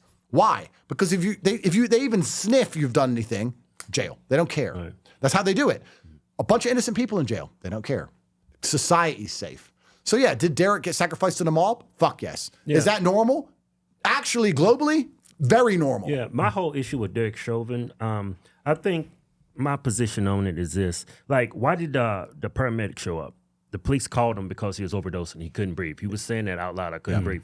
I think what got Derek Chauvin convicted was you got him on his stomach, and it looks like you're smothering him to death. Yep. He should have just, and he was already handcuffed. So Derek Chauvin did that to himself. He should have just set him up and had him sitting down, handcuffed like this, let him die for the whole world to see. But you didn't. So you actually screwed yourself. Agree. 100% agree. And are cops dickheads? Yes. Yeah. Are some, like, if you have enough people in any group, some are dickheads. Some cops are dickheads. Some farmers are dickheads. You know, like that's life.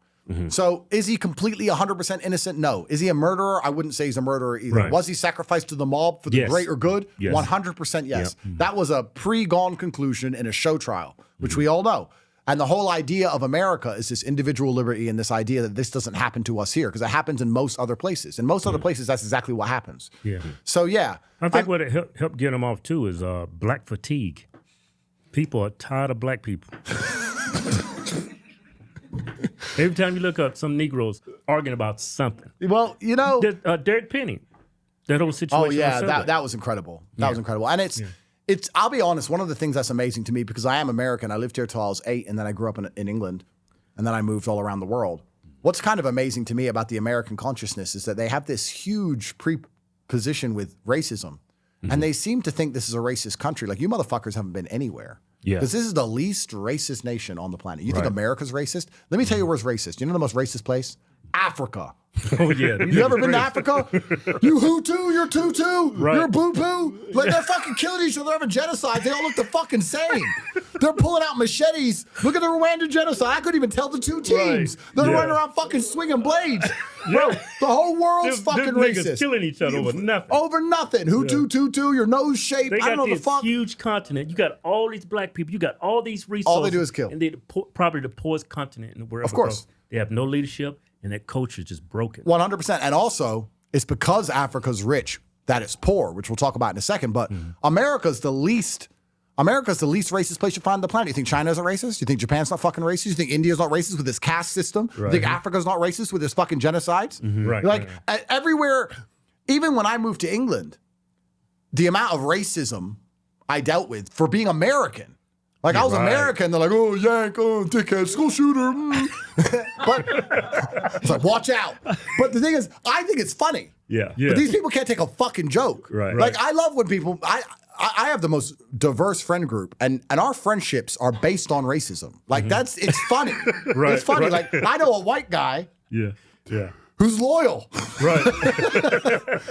Fucking weird. But like, we make fun of each other all the time. Like, racism is hilarious amongst a friend group. Right. But in America, everyone's so sensitive to it. It's insane. And they believe they live in a racist country. It's like, you need to go basically anywhere else. Yeah. Go anywhere else and you will see. And what's interesting is actually the countries like Dubai, which I spent a lot of time in, the UAE, which is a super diverse country with 80% immigration. But the locals, the natives, they're above you. You can't fuck with a Gulf Arab in UAE. You can come and you can visit and you can buy a nice house and you can live there and you can enjoy Dubai. But if you crash your car into an Arab, it was your fault. Yeah. That's just how it is. Like, there's no way out of it, right? So the whole world's fucking racist except America.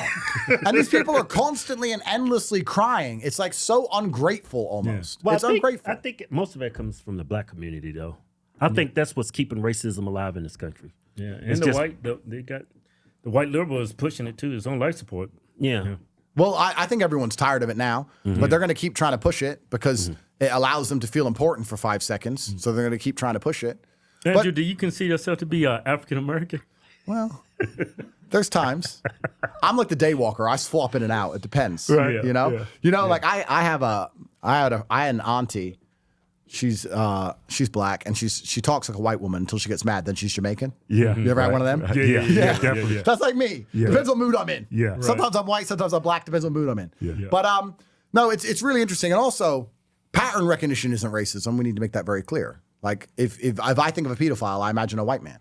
Yeah. Right. And if I think of gang shooting, I imagine a black man. Call me racist, but that's just what I imagine, right? When I think of tacos, I think of Latinos. Well, that's right. Yeah, 100%. Build the wall. So we got enough tacos. It's fine. We don't need any more.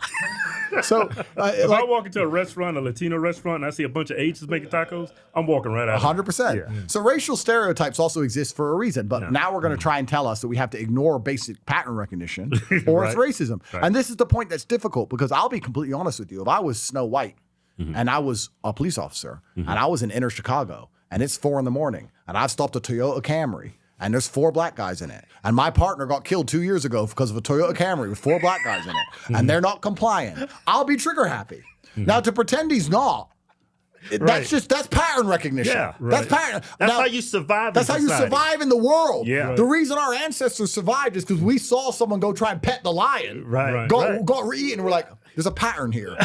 You try. Oh, he died too. Okay, avoid the lion. Right. There's a pattern recognition. So what's interesting, what's so scary about this racism argument is it prevents people. I'll give you another example of this in a second, but it prevents people from acting appropriately, understanding that perhaps the world's not a perfect place. Perhaps it's never going to be fully balanced. So you need to understand when you are going to be deemed more of a threat. So if I was a completely black person in that Toyota Camry, I would say, this officer's intimidated guys. We would be on our best behavior. Right. Now, they'll sit and say, I shouldn't have to do that. You shouldn't have to lock your door at night. Yeah. But you do. Right. The world's not a perfect fucking place. Right. There's no such thing as shouldn't have to. Right. I'm a big man. If I go and knock, let's say my car breaks down, and I go knock on someone's door in the middle of the night, I know that I'm scary. If a little girl knocks, they may open it. I'm going to be more intimidating. I have to keep that in mind. I'm not going to be at the door like they're trying to flex. Yeah. They're not going to fucking open it. You have to know the game you're playing. Yeah, because white people, someone knock on their door, they're like, I don't know this guy. It's probably a home invasion. Yeah, exactly. You know? Yeah. So what I'm saying is, and this get me in trouble, if you're a black person in the inner city and you understand how the inner city runs, when you're getting stopped by police, you should comply more than ever because you should understand perhaps it's unfair he has these preconceived notions. Perhaps it's unfair. Perhaps you're a great person. Perhaps, yes. But the world's not perfect. Yeah. Right. And thinking that the world is perfect and us trying to push this ideal version of the world where everyone ignores basic pattern recognition is bullshit and garbage. I'm more intimidated when I walk past 5 men. If I'm walking alone at night and there's 5 men on a street corner, I find that more scary than 5 women on a street corner. Yeah. Am I sexist? No. No, that's fucking, I'm not a dumbass. I'm a realist. Right. I'm a realist. So this racism's gone so far now that we're disrupting the ability for people to be realists. So they're expecting a little white woman to walk past 5 big Negroes in the middle of inner city Chicago and be like, don't be racist, Jane. Don't be racist, Jane. Don't be racist. Hi, fellas. Like, bro, you're gonna lose your handbag, at least. Right. That doesn't bother me. Like if I'm getting to an elevator, this happened to us. We'll get in an elevator and it's just a white lady and she'll just back in the corner and just like grab onto her purse. Yeah. I'm like, I don't blame you. 100%. Yeah. 100%. I don't blame you at all. But what's funny about it is they'll pretend that being intimidating is a terrible curse when it comes to something like a police stop. when they live their entire life trying to be as intimidating as possible. Exactly. You're standing a certain way. You're dressing a certain way. You're listening to certain music. You're fucking gangbanging. You want everyone to walk past you to know you're a real fucking G. You want everyone scared of you all the time. Except for when the cop gets scared and pulls his weapon, then it's like, whoa, what's the problem? You've been scaring people your whole fucking life. You've been intimidating people your whole life. You could have had a 3-piece suit on and a fucking little hat. Yeah. You've been fine. No, you're wearing a fucking Crip bandana. Why do you think I was a gangster? Like, talking in Ebonics. Yeah, but it's bullshit. So all of this is done on purpose. This whole racism argument's gone way too far. As far as I know, black people and white people have basically the fair treatment. I mean, the law applies to all of us. DEI actually gave black people a whole bunch of advantages over white people. So to sit here and believe that this is a racist country is completely ignorant. It's not a racist country. And you can succeed in this country if you, no matter what skin color you are, if you try your best and you conduct yourself the right way. And perhaps there'll be the odd scenario where you feel like you're being treated differently because of your skin color in a negative, but also you're not talking about all of the times you were treated in a positive because of your skin color. Perhaps because you're a big black man, you have problems in police stops, but you ain't got problems walking alone at night like a little white person does. So there's a bunch of times people were sitting there waiting to rob someone and goes, not him. Right. So you had the pros and the cons. Right. So you get the pros and the cons of these things. That's life. That's life. So you gotta take advantage of the pros. Exactly. And just to go back on my point, because I mentioned it earlier, and I just want to wrap it up. I said about how Africa's poor because it's rich. I watched a really interesting study. You should watch it. It was about what makes the perfect nation. Because I was trying to build the perfect country in my mind. Like what would make the perfect nation? It was talking about if you started from zero, how would you have the richest, most prosperous, perfect country? And it said the countries with the best weather are countries like England and Netherlands, because you want it to be a little bit rainy. You want to be able to have agriculture, and you don't want people to have too much fun for free. Like in Thailand, they ain't got to be rich. They just go to the beach, get coconut. They're living good. In England, you got to have a Ferrari and a mansion. You're still depressed. So you work very hard. You pay a lot of taxes. There's a whole bunch of things involved with it. But it said that if you have a complicated societal structure, natural resources makes your country richer. So like Norway is very rich. They have oil and a bunch of natural resources, but they have a complicated social structure. So they dig the oil up, and that money goes to the Norwegian Sovereign Wealth Fund, which goes into the stocks and bonds and the gold ETFs, and it's all tracked online, and they're a very rich country. Africa's super rich, but they don't have complicated systems. So what happens there is that they discover cobalt. The problem with natural resources is it doesn't require society to get the value of it. So if you have a country that builds jet engines, you now need factories, which takes workforce, which need houses, which need universities, which need schools, which need hospitals, which needs roads. So you have to build all this infrastructure around it to produce these jet engines. If you find cobalt, you just got to dig it up out of the ground. So Africa's problem is that it's so rich, they don't have these complicated structures. So what happens is they find cobalt, the dictator gets a deal from outside, usually the West, to get money into his pocket. They send a few soldiers and a few kids to go dig it up. They take all the cobalt out. It goes straight to the West. The dictator gets rich. None of the African people get rich. None of the African nation gets rich. They don't build anything. And the cobalt's gone. West is rich. Dictator goes to Dubai. Boom, done. So Africa's biggest problem is that it's actually so rich in resources that it's held back by how many things it has. If it didn't have any resources, they could build things and put it all together and start building jet engines, but they don't, because they're like, look, we found something interesting here. Dictator gets rich, few of the elites get rich, and the average person gets fucked. So it's kind of unfair. But that's the African stupidity. Story. Do you think that's? I'm going to sound like a white supremacist when I say this. I know what you're going to say. Don't even say it. Do you think that's genetic?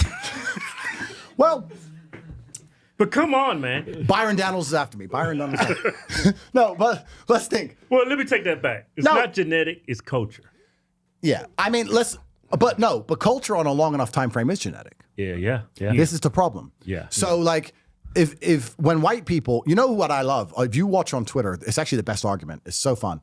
The race realists, the super racists who say like black people are genetically different to white people and you're more violent and all this shit. They always attack me on Twitter and call me mulatto and all this shit. It's so funny. And I read all their shit. I read all their shit. I read all the race realism stuff. And I'm kind of sitting there going, kind of agree with some of it. They're saying black people are more naturally violent. I'm like, you're damn right. Watch out. But that's right, pussy. But culture on a long enough time frame becomes genetics. I mean, let's be honest. Is the average African as smart as the average Westerner? No. I would argue that if you go to the Central African Republic where they don't have schools and they don't have infrastructure and their parents haven't been to school and their grandparents haven't been to school, that probably they're not as smart as somebody who's their entire bloodline's been university educated. Probably that is true. So after a long enough time frame, it becomes genetic. And then you want to take enough of them and dump them over here and expect them to operate within complicated systems they don't fully understand. They're probably just going to say, fuck it, let's rob the store. And then you have, I mean, this is realism. Yeah, because you look at Africa, it's a continent, it's not a country, but if that was a country like the United States, with the resources they got, the manpower they have, it would be a superpower. It should be the biggest superpower. It should be a superpower. But this little United States, majority is white, is running the world. Well, white people are the best at building complicated systems. That's what the white people do best. Yeah. I mean, like, my camera guy who's off, there he is. Look at him. White right? guy. These are the people who, in 1960s in NASA, when they did Apollo 11, all them motherfuckers, there's like 20,000 of them, little white guys with glasses and pieces of paper and a pen, and they put something on the moon. Yeah. You get 10,000 black people in a room, tell them to achieve anything. Dude, that was so wrong. But factual. How long till there's a fight? Shaniqua's jumping in. She's trying to hit him. Like, we're more family orientated. We're more clan orientated. Right? Yeah. You know, more tribalistic. We're tribalistic, which is a pro and a con. Again, these are pros and cons, but if you want to extrapolate it out towards a nation state, the thing the white man is best at is working with people he doesn't know. That's a white man's superpower. A white man will go, hello, I've got a bunch of money. And I want to build boats. I've decided I want to build boats. So I'm going to go and find the best boat builder. John Smith. Hello, boat builder. I don't know you. You don't know me. This is called a contract. I must do a contract, and you're going to build the boats, and I'm going to pay for it. And now we have a successful shipping company. In Africa, it doesn't work that way. They're like, I'm rich. I want boats. Who do I know? My cousin. Yeah. My cousin can't build boats. He doesn't know anything about boats, but that's who I know. He's the only guy I trust. He's in my clan. He's my family. So I go to my cousin. You're in charge of the boats. Okay, I will build the boats. And he takes the money, and then no boats get built, and everything's fine. That's why the finance minister is the second cousin of the fucking president, and nobody knows anything, and it's all insidious because you only trust your people. Now, I'm still like that now. I'm black enough like that now. I trust my brother, my people. So I got that black in me. But I'm also white enough to know I can do a contract and get a boat built. But white people are fantastic at trusting people they don't know. That's why white people are like howdy neighbor. They don't even know you. Howdy. White people have this weird, no, it's not weird, but the white people mentality is far more attributed towards the benefit of society with a larger understanding of working with those they're not directly correlated with. Whereas the black people is like, these are my people only. And it's very insular. But it becomes far more difficult to run a country that way with competence. If you want to run a country competently, you need to find the most competent man for the job. I don't know if this is true. I don't want to be held up on it, and I don't want to be attacked for it. It might not be true, but I heard something that when the British start selling their ships around, they were amazed that when they got to all these native countries, the Aboriginals in Australia and Africa and India, all these places, no one had heard of a contract. No one had heard of the idea of working with someone who wasn't their family. They're like, it's a contract. They haven't heard of a contract. No one had heard of it. So what, you just find anyone to do it? People heard of a house. They was living in grass huts. Well, that's right. So they were like... Savages. Yeah. Well, have you seen those videos of them eating? Hey, pull up that, Joe. 20. Joe, pull up those TikTok videos of these African tribes. Byron, I'm sorry. Listen, I know you got busted for weed. Fucking talk about letting the black man down. For busted for fucking weed. Check fraud. Andrew Tate's a human trafficker. You know, fuck this guy. I'm moving to Vegas. Fuck these people. Bring your case. Fuck you. Yeah, make it bigger, Joe. These people have not evolved at all for like probably 5,000 years. Back to being a white man back in the slave days, so yeah, we'll take these. All right, so let's talk about this now. Yeah. We're going down race realism, and you know, we're the only people brown enough to get away with this, so we can do it. Oh, we're not going to get away with this shit. Well, let's talk about it, right? Yeah. So the white man, where he grew up, primarily, they had to plan ahead in a way different than the Africans did. So like if you were in England, you had to grow grain because that's how you eat. But grain only grows a certain part of the year. So you have to think ahead and you have to plan. You have to plow the field. Then you have to grow the grain. Then you got to build buildings to store it in. And that means you need a lot of people. A lot of people need schools, hospitals, roads, housing. Now you need a city. You have to plan everything over a year cycle just to have food. In Africa, they didn't have to do that. Mango. Boom. They just go get a mango when they're hungry. Go kill this. They had so much resource, they didn't have to plan ahead. Wait till you're hungry, kill something, eat it. You didn't have the same infrastructure that was required to eat. Yeah, it gets cold in Europe. It gets cold. You got to build a house. You need firewood. You got to think ahead. You apply that across 1,000 years. You have a very different mentality towards life than you do in Africa, which is just pure brutal survivalism. That's what it is. I've heard that argument because of the weather, white versus the white man and the black man. Both races evolved differently over time because living in a cold, horrible climate, you got to think. Yep. And you live in a warm environment, you just get up, take a shit, and make you a bowl of soup like these niggas. That's right. That's right. And you're good. So this is it. And then we also apply this to what I said earlier about the white man having to work with other people he doesn't particularly know. If you're going to go through all that work to build to grow grain, and you have to build a grain store, you don't want your grain to go bad. So you're going to find the best grain store company guy in the world, whoever he is, and you're going to have a contract with him. You're going to learn to work with and get along with people you didn't particularly get along with, etc. Whereas Africans didn't have any of these problems, so they're far more clan-based and clan-oriented. Tribalistic. You see that here in America? Like I used to be a private investigator, and I was watching people like insurance claims back in the day. So he's watching me for Byron. So why am I giving Byron a hard time? Fuck Ron too. Fuck both of them. fuck Ron, little Ron. Okay. Right. So I was a private investigator, and they sent me to the black community. It was Watts. Nobody else wanted to go. They said, you'll fit in. So the white man sends me there, and I'm there. I'm in that neighborhood maybe 2 minutes before everybody comes out like, who is this nigga? Yeah, of course. It's like, you see that tribalism that came from our evolution in Africa is here in America. Oh, 100%. You could just go into any black neighborhood, all black. Even if you're black, they're going to be looking at you crazy. But this is the thing that's interesting, because people at home don't understand that the matrix itself, the people who are in charge of the world, they find every innate action or every innate inclination that humans have, and they hijack it and Trojan horse it. So the natural tribalism that blacks have, they hijack and Trojan horse and use against us when a convicted fucking felon does some dumb shit he shouldn't have done, and and black people defend him anyway. Because it's tribalism, right? They'll stick up for him anyway. The liberals are actually very tribalistic. It's very interesting that if a conservative is accused of something, not even convicted, will self-cannibalize. Whereas if a liberal is accused of something, no one gives a fuck. If he's convicted, no one gives a fuck. If he did it, there's a fucking video, no one gives a fuck. The liberals don't care. The liberals will accept a criminal into their team if it helps them, no problem. Us conservatives, the moral high ground, will fucking self-cannibalize over an accusation all day long. It's pathetic. But they do this with everything. They Trojan horse all things. So if you're in charge of the world and you want to get an objective done, these people are not stupid. They literally rule the world. They'll sit there and go, okay, we want to convince people that if they pay more taxes, the sun will stop being hot. So how do we do this? Well, this is a pretty hard argument to get across. So we're going to start with something more basic. Do you like trees? Yeah, I like trees. Do you like the oceans and the fish? Do you want to destroy the whole world? No, I don't want to destroy the whole world. All right, then we're going to put up your taxes. So they take your natural. So they take your natural inclination. Be a dumb fuck to believe that. Yeah. So they take your natural inclination to like nature, and they Trojan horse it. They put in Trojan horses. Another one's tolerance. Oh, we're Christians. Yeah, you're tolerant, right? You're not horrible people. You're tolerant. You understand other people. You're tolerant. Yeah. Okay. Here's a drag queen. Whoa. So that's what they do. They take your natural inclinations and they sneak in these Trojan horses with everything all the time. So the tribalism of the black people is being used against them when they're sticking up for fucking dickhead pieces of shit. No other race does this, by the way. If a white man had a rap sheet as long as his arm and murdered someone, white people wouldn't be like, oh, stick it up. White people don't even stick up for themselves. So let's forget that. Asians, whatever. But black people will be like, no, still. Like the way they attack Daniel Penny, it's like that motherfucker been harassing people on the subway forever. The number of people who have traveled the subway and dreamed of punching that nigger in the face. How many people have literally, there was a man who got on the subway every morning and just thought, one day I'm gonna punch that nigger in the face. And he's doing his shit Michael Jackson moves or whatever the fuck. It's like one day. That's why I call it black fatigue. People are just tired of this.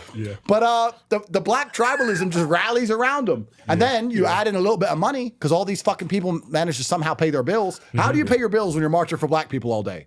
Try it. Go out there and march. Go out there and march. March all day. Go just decide, you know what? I'm super passionate about this issue. And go start marching all day. You'll soon learn you have nowhere to fucking live. These motherfuckers are in a mansion pushing Escalades with private security. You add in USAID money, and all of a sudden you have these huge fucking movements. And it's not just in America. This is what the American state has been doing globally all around the world. All over the world. This is how they did the Ukraine-Russian war. They sit there and go, how do we make people who are so ethnically close, so ethnically aligned, who look the fucking same, who speak the same language, who've lived next to each other for eons, who grew up on the same TV shows, who share the same history. How do we make them hate each other? Well, what we need is we need a 20-year campaign of pushing Ukrainian independence, that Ukraine's actually a separate country to Russia. And we need to push the Ukrainian language. And we need to change the Ukrainian TV stations and make them different from Russia. We need to cut off the Russian news. We need to push this idea that Ukraine has always been subjected to abuse from Russia and that they're abused people. And then we need to find the nationalists inside of Ukraine who believe that Ukraine should be a standalone place. Then we need to promise them that when Ukraine is a standalone place, they'll be the kings of it. Then we need to make all of them rich and give them loads of money. And on a long enough time frame, you end up getting enough hatred and sentiment that you get the fucking war you want. Right. It's all done on purpose. Right. All of these things are Trojan horse. So when they sit there and go, we want a war between these two countries, they'll go, okay, let's find and infiltrate the nationalistic aspect of this one. Or same with the fucking sun being hot. Let's find a motherfucker who likes trees. Let's offer him a bunch of money, get him to walk around. And people are deliberately ignorant for a bag. Like I'll be honest. Like you take the average black person and say, look, just say black people are oppressed. Look, here's some money. Yeah. They don't give a fuck. They don't give a fuck. People are pretty empty. Don't you remember being a child thinking adults were smart? Yeah. Do you remember that? I used to actually look up to politicians. I used to look up to grown-ups. Yeah. I'm like, that's a grown-up. Turns out they were all fucking retarded the whole fucking time. And it's like everyone's a fucking dipshit. Everyone's fucking dumb. Everyone will do anything for a fucking paycheck. Everyone's a fucking liar. Everyone's self-interested. And the only kind of smart people that exist are the people like me who at least understand what I am. Right. Like, I don't deny these things. I'll sit here and go, the reason I'm better than these motherfuckers is because they don't even know they're those things. I'll self-analyze and go, I am self-interested. I'm a person who's going to try and do things for his own self-interest. I'm a person who's going to try and benefit himself. So I can at least check myself because I know the game I'm playing. These other motherfuckers are so dumb, they don't even know the game they're playing. So they really believe they're saving the trees or saving the black man while getting fucking paid to march around all day. It's a fucking setup. Yeah, idiots are the enemy, guys. Idiots, dumb people, like stupid people or weirdos or nerds, all these people that in school used to get bullied and picked on. I guess maybe that was God's way or natural selection to just keep them in their fucking place. Because as soon as they get any power, look what they fucking do. Look at the theater kids. When the theater kids got their asses whooped, it was fine. Now they're called the Democrats and they're fucking destroying society. We need more bullying. We need the bullies back. Have you ever, this is a true story. I changed school a lot when I was a kid because I moved around.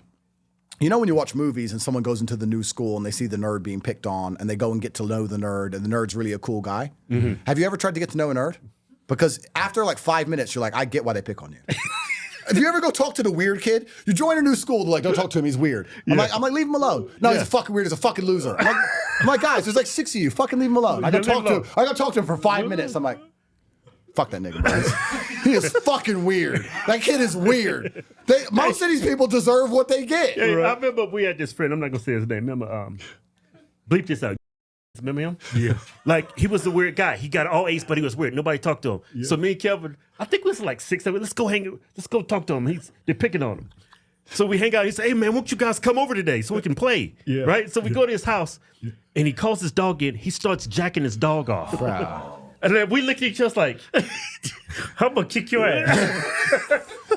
It's like, these weird kids, they end up there. It's not an accident. Right. You know? So, like, it's kind of natural selection, but I guess now they're all allowed to run for office. I see these fucking Democrat politicians doing these fucking thought-ass TikToks. You know, what was it? It was Jasmine Trump. Crockett? Bro. It was Trump's State of the Union. When I saw his State of the Union and I saw them holding up the signs, like, you know, Elon pay his taxes and shit. I was sitting in a cigar bar with Tristan and Roger Stone, who's a G. And I was watching the State of the Union. And I said, in no sensible country on earth could Donald Trump be standing up there telling the truth and some fucking be in the same room heckling him. Like, what kind of fucking country even is this now? Like, who are these people? You've achieved nothing. Who are you to sit with your fat ass? You can't even calorie control. Sitting there on a chair insulting Elon, who's putting rockets in space, saving humanity. Satellites. And you're sitting there going, with your sign thinking you look good? How hubristic and stupid and arrogant do you have to be to sit there after achieving fucking nothing? They would have signed Elon Steele. Yeah, eating Twinkies and then, I'll get him. Like, these people are fucking In any real country, in any sensible country, truthfully, if you had the richest man on earth who was in charge of innovating probably the most disruptive technologies on earth, in any real country, of course he'd be in government. He'd probably be the fucking president. He'd probably be in charge of absolutely everything. And there wouldn't be some fucking hippo heckling him from the crowd. He'd be the boss of anything. You think if Azerbaijan had the fucking richest man on the planet, who was the only person who could do things in space that nobody else could, and putting chips in people's brains, and the only person that could compete with China and their soon-to-be global hegemony when it comes to electric vehicles, and you had one man competing against the entire Chinese industrial base, and he's super rich. You have this one guy. You think you're going to allow him to be heckled by some fucking nobody with a sign? In any real country, he'd be fucking Lord. But here in America, we're like, fuck Elon, he's trying to save us money. Fuck Elon. Like, who are these people? Who the fuck are these people? I swear, when my criminal case is complete, I'm going to walk around, I'm going to go to these protests. I'm just going to say, who are you? Tell me your life story. I'm very interested. What have you achieved that compares to Elon Musk? Because you have a very strong opinion. Please tell me what you've done. Because you smell. You haven't had a shower today. I want to know what you truly believe, how the world should actually work. It's fucking incredible. It's incredible. Oh, Jesus. Always white people, too. Let's fuck it. We've done the blacks enough. Let's do the whites. White people are going to go extinct because of bitches like her. You know, we talk about this. I'll tell you something. We need some good white people, man. Bro, white people are going to go extinct, and it's their own fucking fault. You're organized. You're smart. You could get everything in line. You refuse because there's too many traitors in your camp. What did I say earlier about men betraying other men? Men betraying other men is how they manage to do this femme-centric bullshit that destroys men all the time. White people are being subverted by all the white people which are desperate to see their race go extinct. You can never have a traitor in your camp. Watch the 300 movie. You can have the 300 strongest motherfuckers alive. You got one traitor, you're going to lose. You never have a traitor in your camp. White people have been betrayed by all these fucking liberal whites who are desperate to watch white people go extinct. They don't have kids. I wouldn't even call them liberal. I would call them like progressive. Progressive, They're self-extinctionist. All they're begging for is just to be fucking decimated and controlled and destroyed. What's interesting to me is white people are already getting their asses whooped left and right by black people who are angry every time they're in the wrong scenario. What's going to happen when you're not even the majority anymore? You think white people, you think you're going to be in a better position when you're the minority in your own country? With all this intrinsic hatred? They'll be talking about slavery in 2,000 years from now, fucking locking you up in a space jail. Look what's happening in South Africa. I think the black people's taking all the white people's land down. They took all the shit. They took it. Just took it. And the white people have been there since the 1600s. They've been there forever. People have this idea, white people came and took it. They've been there for fucking 600-700 years they've been there. They're as African as anybody. But they're losing their shit because they're white. Why are they taking their shit? Because they got shit. Because they got something to take. Right? So it's truly incredible that white people are on this extinctionist path. But white people are not allowed to be nationalistic, and white people are not allowed to love themselves, and they're not allowed to stick up for themselves. And that's done by the Matrix on purpose, you know? And there's a lot of reasons why that's done. I talked about it on PBD. It already got me a lot of heat, but the World War II narrative is how they do that. They say that when white people are nationalistic, it ends up as Nazis, which is why they use the World War II narrative to subvert white people sticking up for themselves and sticking together. And then if you understand the real story of World War II, you understand that that's a lie. So that's the true betrayal of the white man. But it's also incredible for me to put it in a comedic sense to try and avoid jail. Let me try and be a comedian. White people are the only people who listen to women. That's their problem. Black people don't listen to women. They don't even raise the kids, they just leave. Bye. You're like, you got to raise these kids. No, I'm out of here. Black people don't listen to women. You think Chinese motherfuckers listen to women? No. You think Indians listen to women? Even skinny little pussy-ass Indians don't listen to their women. You go to fucking Mumbai, and even you can see the skinniest nigga alive. He's been with fucking sandals on, no money, and his woman can't get fresh to him because she'll get slapped up in the street. That's a thing in Arabic countries. Every country will slap the shit out of a woman. Nobody listens to women but white men. The only people alive are these wife-jack white men who listen to women. And as soon as you start listening to women, you end up doing this shit. When you listen to women, you end up idealistic, you're not realistic, and you watch your entire fucking society implode. I will argue that if you look at COVID, the only households that were scared of COVID were the households where the woman's in charge. Because when I came home during COVID, there was 2 girls in my house. I came home and they're like, have you seen the news? It's like, what? There's a big new virus. Don't care. And my like, wife lost her shit. I was like, I don't care. And then the girls go, so what should we do? I was like, nothing. Fixed. My house was fixed because I told them, shut up, no one cares. Done. If I would have come home, my wife was like, we have to see your aunt next week. We have to see the grandma. We have kids and there's a big virus. Put a mask on. Now we're scared of household violence because women are emotionally driven, so they can be intimidated. Right. It's the reason they want women to be control of the household is because if you want to convince a man of something, you have to use a degree of rationality. If you want to convince a woman of something, all you have to do is scare her. Yeah. You don't have to be rational with a woman. You can just say, do you love your grandma? Mm-hmm. Well, yeah. Emotional arguments. I love my grandma. Then put the mask on. That's how they do it with women. Right. With men, it's far more difficult. You're like, yeah, I love my grandma, but she's 96. She's going to die anyway. Why the fuck am I wearing a mask? I ain't seeing her till next month. What the fuck you talking about? Whereas a woman, it's just like, well, you don't love your grandma. So they want women in charge of everything. And this is the white man's problem. He's the only motherfucker who listens to women. You see it. I grew up in a household. Where when it was Thanksgiving, the men would sit on one table and the women would sit on another table with the kids. And the men would sit around and have men talks. And now I'm going through life and I'm sitting at a table and there's a bunch of full-grown men and everyone's sitting there with their wives and I'm trying to talk about something and some woman has an opinion and now there's a woman talking, interrupting 8 full-grown men, telling me her bullshit, which is wrong. And I'm just sitting here like, the fuck? And there's some white guy and he's like, well done. My wife thinks. I don't give a fuck what your wife thinks. I don't give a fuck what your wife thinks. What the fuck's she talking for? I don't care. Yeah. So white people listen to women and that's what's going to go extinct. I'll give another example.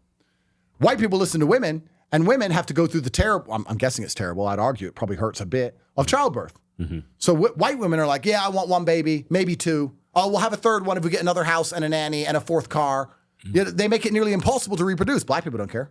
Black people don't care. Baby, baby, baby, Pussy's baby. just gotta be good. Baby, baby, baby, baby, baby. They don't give a shit, right? Yeah. So white people are also being out-reproduced.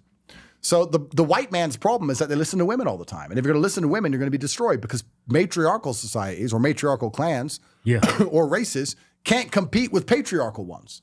And I know that to be a fact because you look at history. I always ask people, name a time in history or name a civilization in history anywhere on the planet where the women were in charge of the men. Name one. You can't. Because anytime it was ever tried, they got fucking crushed by their neighbors where the men were in charge. So as soon as the society becomes matriarchal, it's over. White people in general are matriarchal. The average white man's like, oh, well, the wife says, they're wifejacks. I get so much hate online from these fucking wife guys. They can't fucking stand me, these wife guys. They can't stand me because really they hate their wife because their wife henpecks them all day. They're projecting. Their wife's picking on them all day and they're seeing me have my fucking 18th kid and they're fucking furious. And they're like, oh, you're a fucking piece of shit. No, you're just mad your woman won't have as many kids as you want. You're mad and you want to come at me because they're wife guys. Wife jacks are fucking losers. Nick Fuentes nailed this about wife jacks. He fucking nailed it. Because if your best friend's a chick, you're probably gay. Like you and your girlfriend is a business arrangement. I'm paying for your life and you're giving me kids and you're going to make my life happier. And if I'm sick, you bring me soup and we're a little happy family. Cool. It's a business arrangement. We love each other. Yeah. But there's certain things to say you're my best friend is fucking weird. My women aren't my best friend. They want that. They're like, oh, are you my best friend? Yeah. But really we have nothing in common basically. Like you're hot. I'm rich. There's a child. Like it is what it is. What are we going to sit and talk about? And we have a few issues we can agree on, but most of the time it's just me educating you. The best conversation I can have with a woman is when she doesn't talk and just listens. I just say, no, this is how it works. 3 hours. Okay, I understand. All right, bedtime. Let's go. Well, look at our society today. The main reason why we have men and women's restroom and men and women's sports is because of women. Yeah, it's to protect them, to give them their free space, safe space. And a lot of those men, those wife jacks you call them, they're just trying to get brownie points with their woman. Oh, of course That's why they attack you. Look, of course they are. Look what I did. Look what I did, dear. I told the horrible misogynist that he needs to have one woman. Can we have sex yet? Fucking gay. It's all gay, bro. But this is a white man's problem. The white man listens to women, and until they stop doing that, they're going to get. They're a matriarchal clan. They're a matriarchal race, and that means they're going to be extinct. They're going to go. The white people are going to go extinct. I think a majority of those wife jacks is on the left. You know, you'd be surprised. They're on the right. You'd be surprised. There's a whole bunch of these conservative guys who are like super wife jacky, and I'm not saying don't love your wife. Brian Donaldson, Ron DeSantis.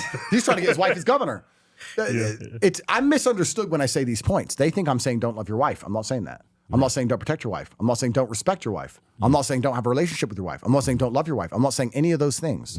What I'm saying is that you're the man of the fucking house, and that your power as a man is going to be amplified by the other men you know, and that you should be part of a clan or an army that makes you as powerful as possible, and that is man's business. And she is benefiting from all of that. She gets financial protection, she gets physical protection, she gets a whole bunch of benefits from you being a man with your guys doing your man things. She ain't in charge of you. It's not her business to tell you how the world works because she doesn't fucking know. And it's not her business to tell you how to be a man either. It's her business to have a kid and be happy and be safe and be rich and make you smile. And that's her job. Because our job as men is to suffer all the time and be basically miserable. That's our job. And to get enough money so that we can make our kids and our women happy. You get to smile. You get to be happy. You get joy. My women, man, they leave the house, they're like, Andrew. I'm like, what?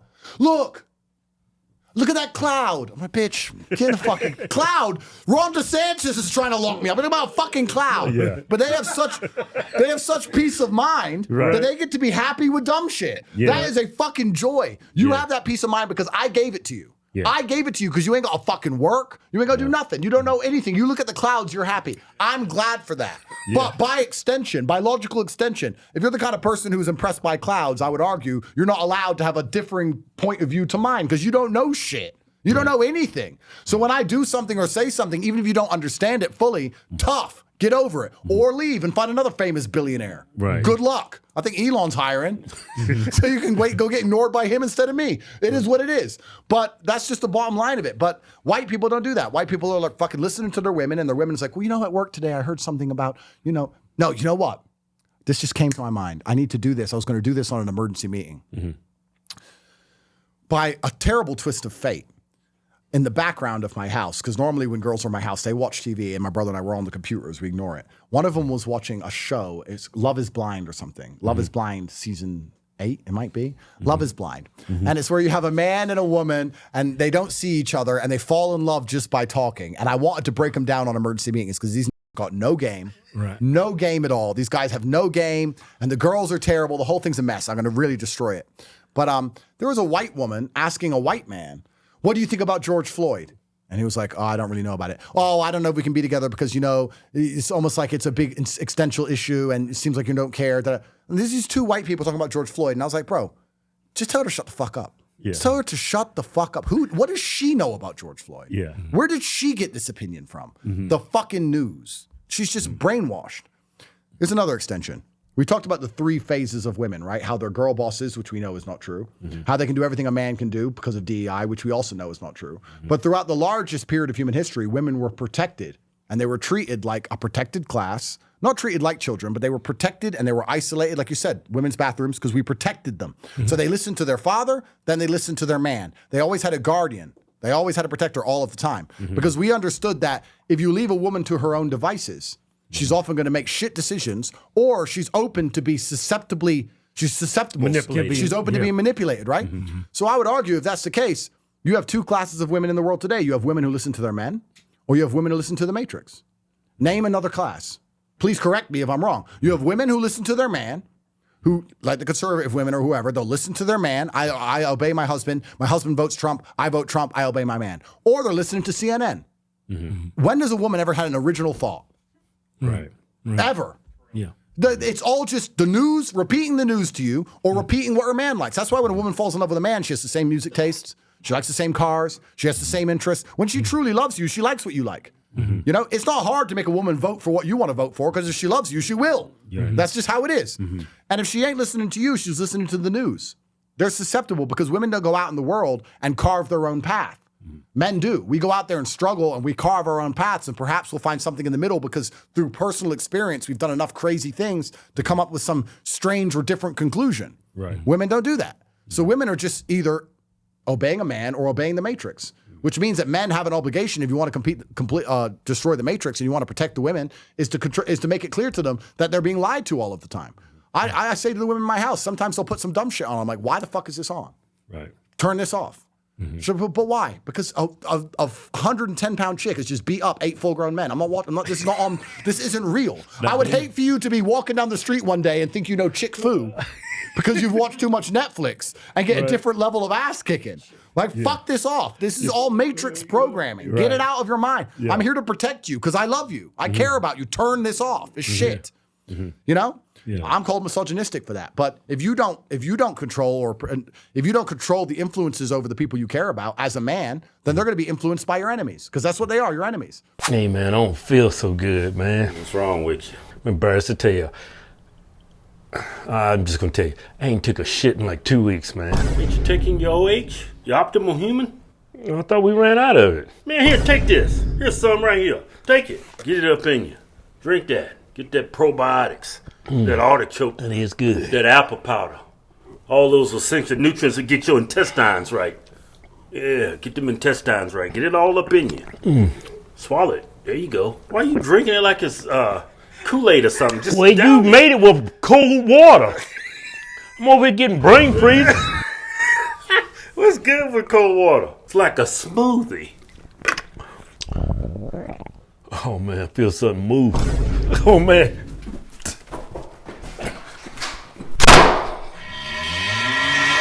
Go to optimalhuman.com/Hodgetwins and now try Optimal Human for free today. It happens right now with children. Who raises the kids in America? YouTube in the school. Not the fucking parents. I've seen videos on YouTube of children arguing with their fathers about transgenderism. Right. Yeah. I'm like, what the fuck? Who taught them that shit? YouTube and their school. They spend more time in school and more time on YouTube than they do with their own fucking parents. Right. You're not even raising your own kids anymore. Right. And that's done on purpose. You're out there working your ass off to pay taxes.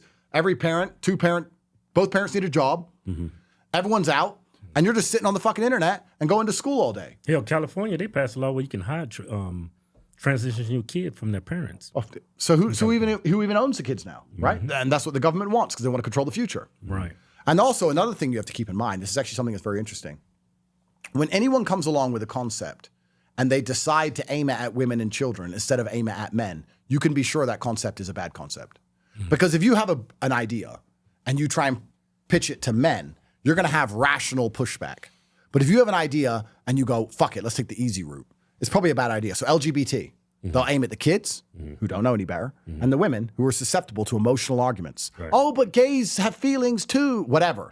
Gays have feelings too. Men are like, I don't care if he has a feeling. I don't give a shit. It's wrong. So also you can judge a good or bad idea by who they target and who they aim at. I could tell the story from Bucharest, Romania. I moved to Bucharest, Romania 10 years ago. It's the most Christian country in the world, 99.9% Christian. Churches everywhere. Extremely Christian nation. And only 2 years ago, I saw the first ever gay pride parade. First ever. And it was sponsored by the US Embassy, funnily enough, paid for the whole thing. And they had a gay pride parade in the middle of the city. And we drove past it, and it was quite small. There must have been 100 people at most. And you know who it was? It was a whole bunch of straight, hot chicks who I guess thought it was cool or funny.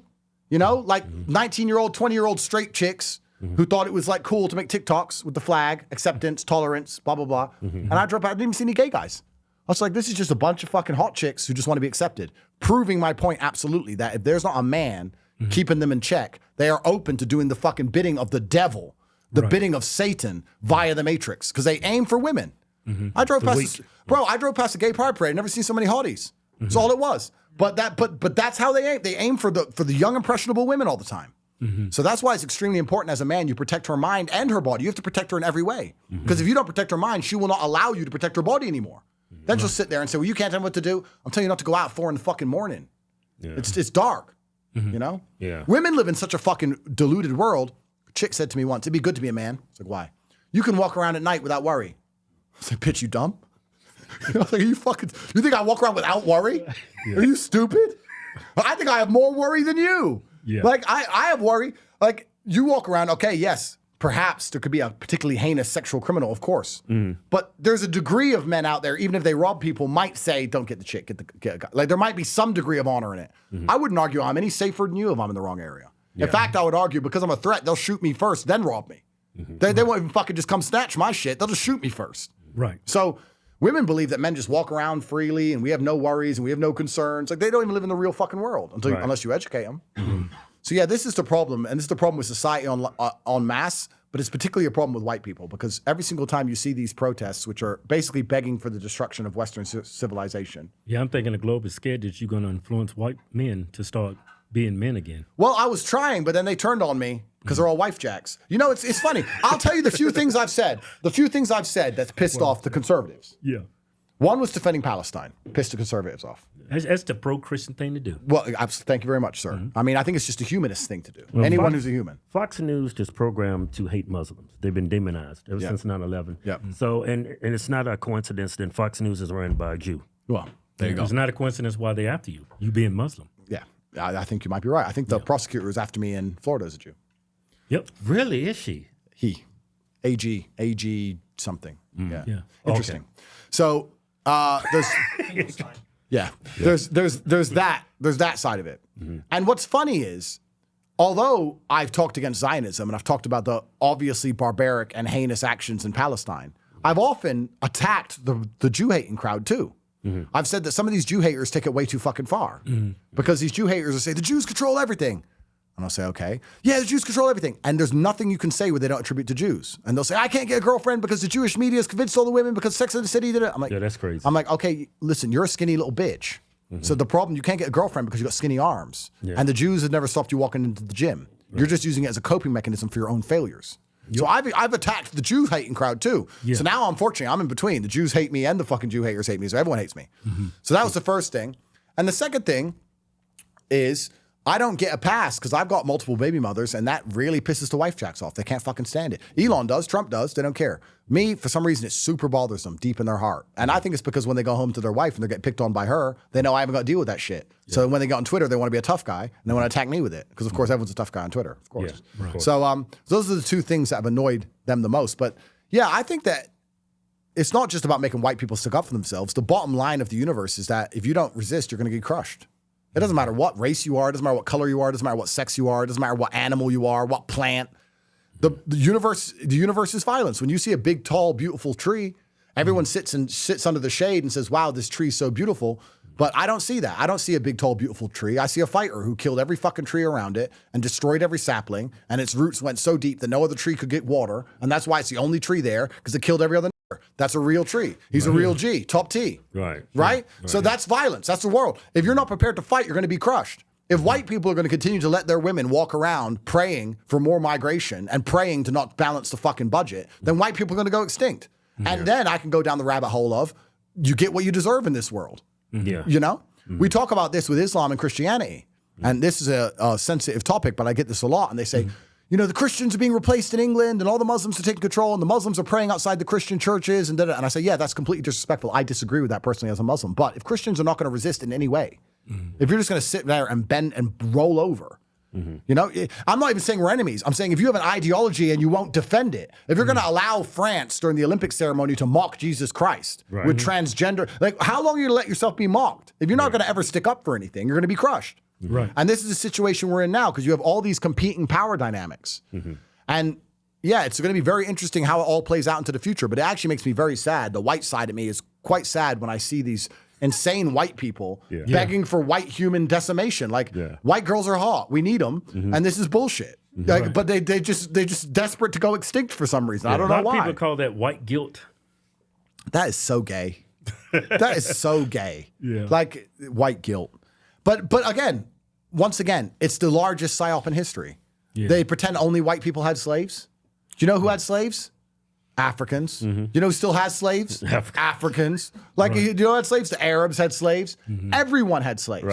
In fact, the only people to ever abolish slavery ever were white people. Every other nation just let it carry on. Do you think the white people went to Africa and then in their cotton coats with their muskets chased niggas down the forest and put them on a fucking boat? No. They turned up and they said to the local warlord, what slaves do you have? I'll buy them off you. They were already slaves. And they bought them off them for gunpowder so that the local warlord could go enslave some more. Bags of sugar and mirrors. That's right. And then they took the slaves that were already slaves and took them to pick up the lightest product on the planet, cotton. Congratulations. That's why I denounce that term African American. I don't know. Yeah, no, so I'm not African. But the psyop runs so deep.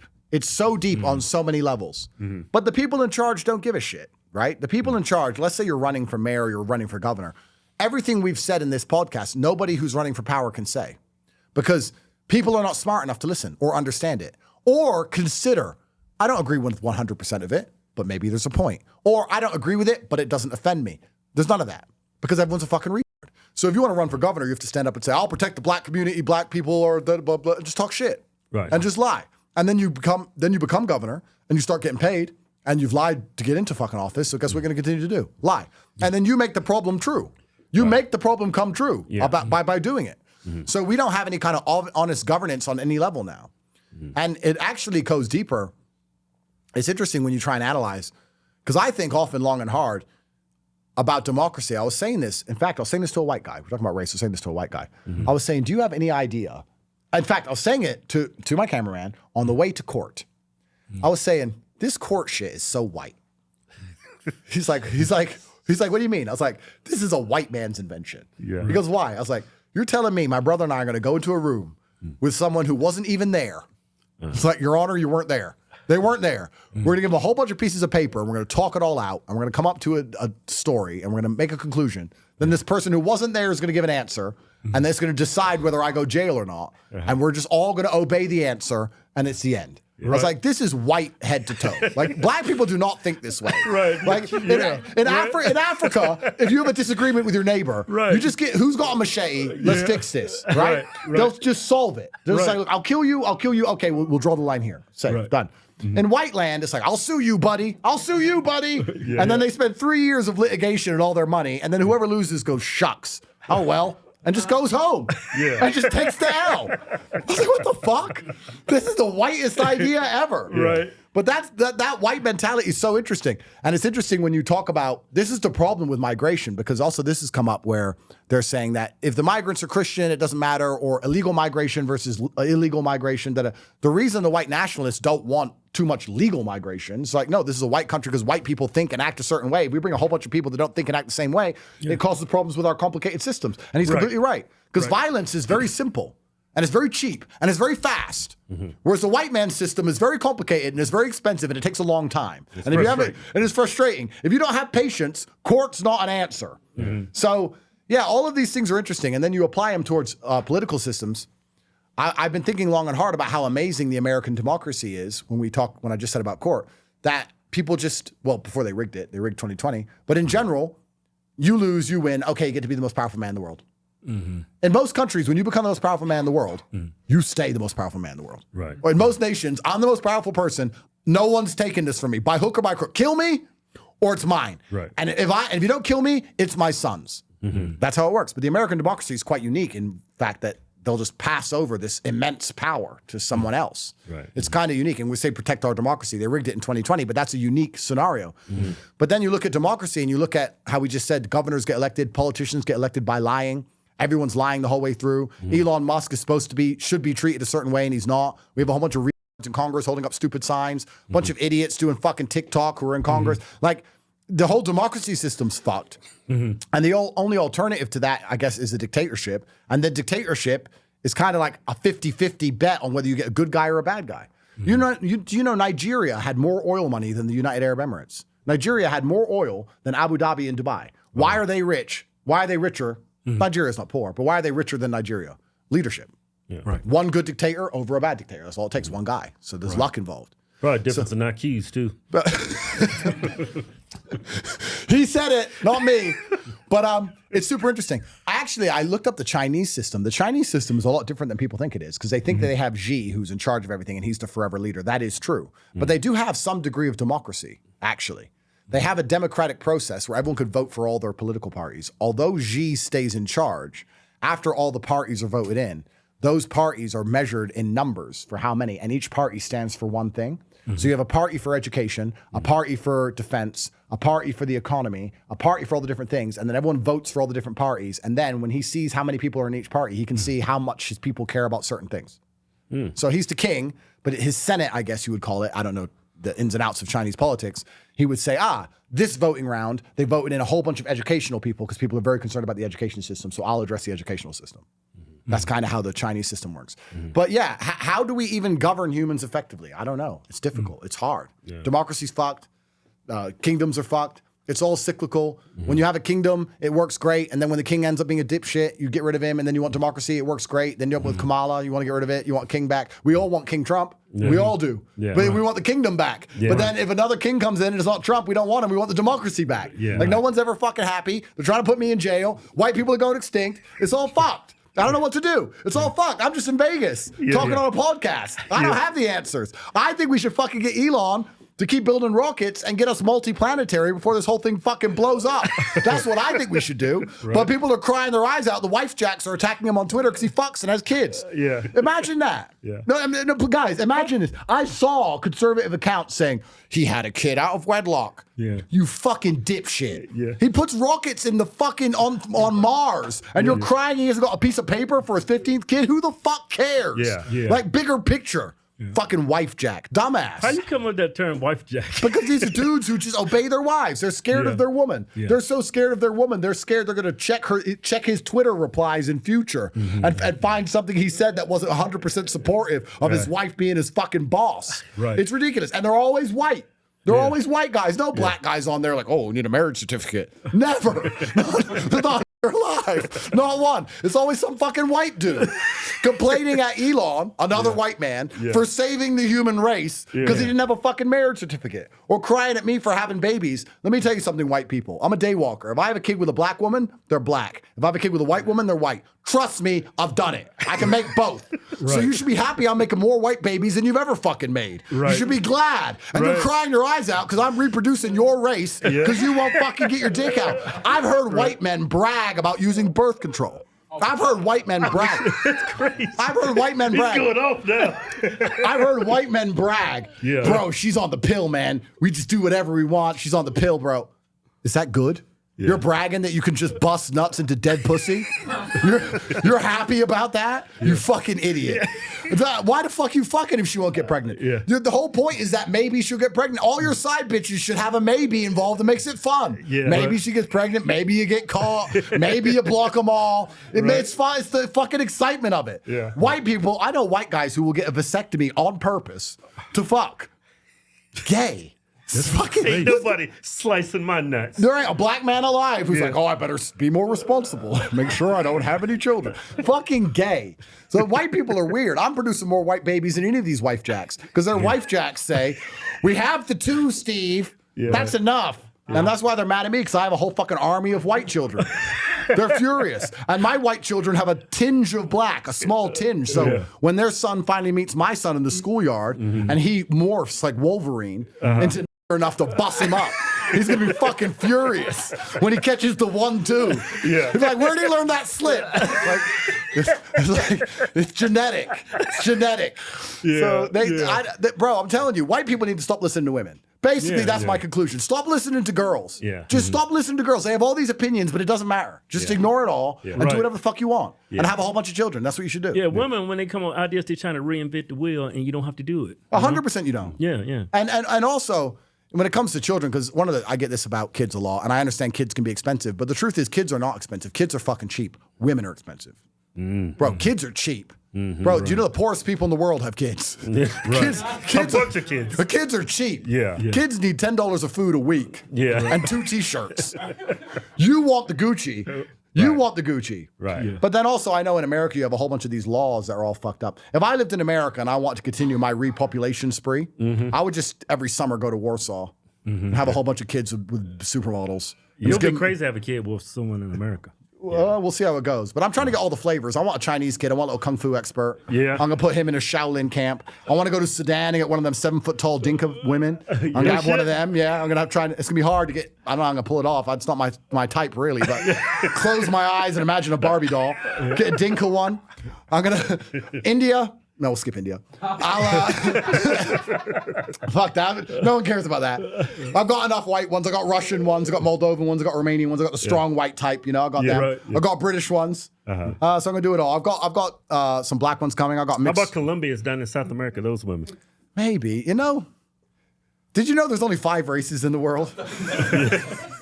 Pretty much, huh? Because they call Mexicans, all they are Indians, Native Americans, natives. So all the way down to South America, all those fuckers look the same. Well, to me, Why am I even getting myself in this much trouble? I don't know. I can't help it. Tristan, this is your chance to stop me.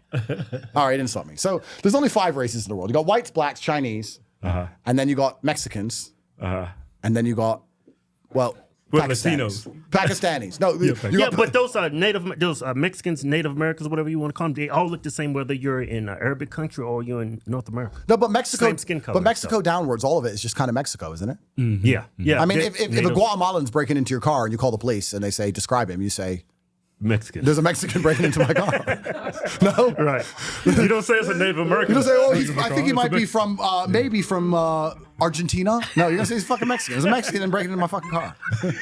So that's all Mexico to me. Mexico and down is all just Mexico. Right. Argentina, Venezuela, it's all Mexico. It's all just Mexico to me. He's like, I'm sure they believe there's differences. I'm sure. There is. In fact, I know there's differences because they're the most racist motherfuckers alive. You seen how a Nicaraguan hates a Guatemalan who hates a Mexican? We talk about racism in America. They fucking all hate. Everyone hates each other everywhere. Newsflash, guys. The British hate the Scottish. The British hate the Irish. Everyone hates everyone. That's just how it goes. It's just everyone hates everybody. We're all America. one big happy family united by hate. Get over it. Everyone hates everyone. We hate people from the next town. What city are you from? Reno? Gay. That's just how it is. I don't know why everyone's so upset about it. I think it's hilarious. I'm just here along for the ride. But have you heard about Trump's gold card? Oh yeah, that $5 million gold card. Yeah, what is You that? get to come here and move here, be a citizen of the United States. Oh, really? Yeah, you get preferential treatment. Just come here. You're paying for your citizenship. A little bunch of Jews in there. Yeah, I think so. But they were coming All in. going to be Jewish. Bro, they were coming in anyway. I already know. I think that's what he's trying to do. I mean, if he stops the unchecked immigration, that's a fantastic idea. The problem America had, the biggest problem, the reason that it had such an issue was that it had a dual-tongued problem, was that getting in legally was so fucking hard, and getting in illegally was so fucking easy. Right? So if you're gonna make getting in legally nearly impossible and getting in illegally so easy, I can't remember who did it. Who was the one who?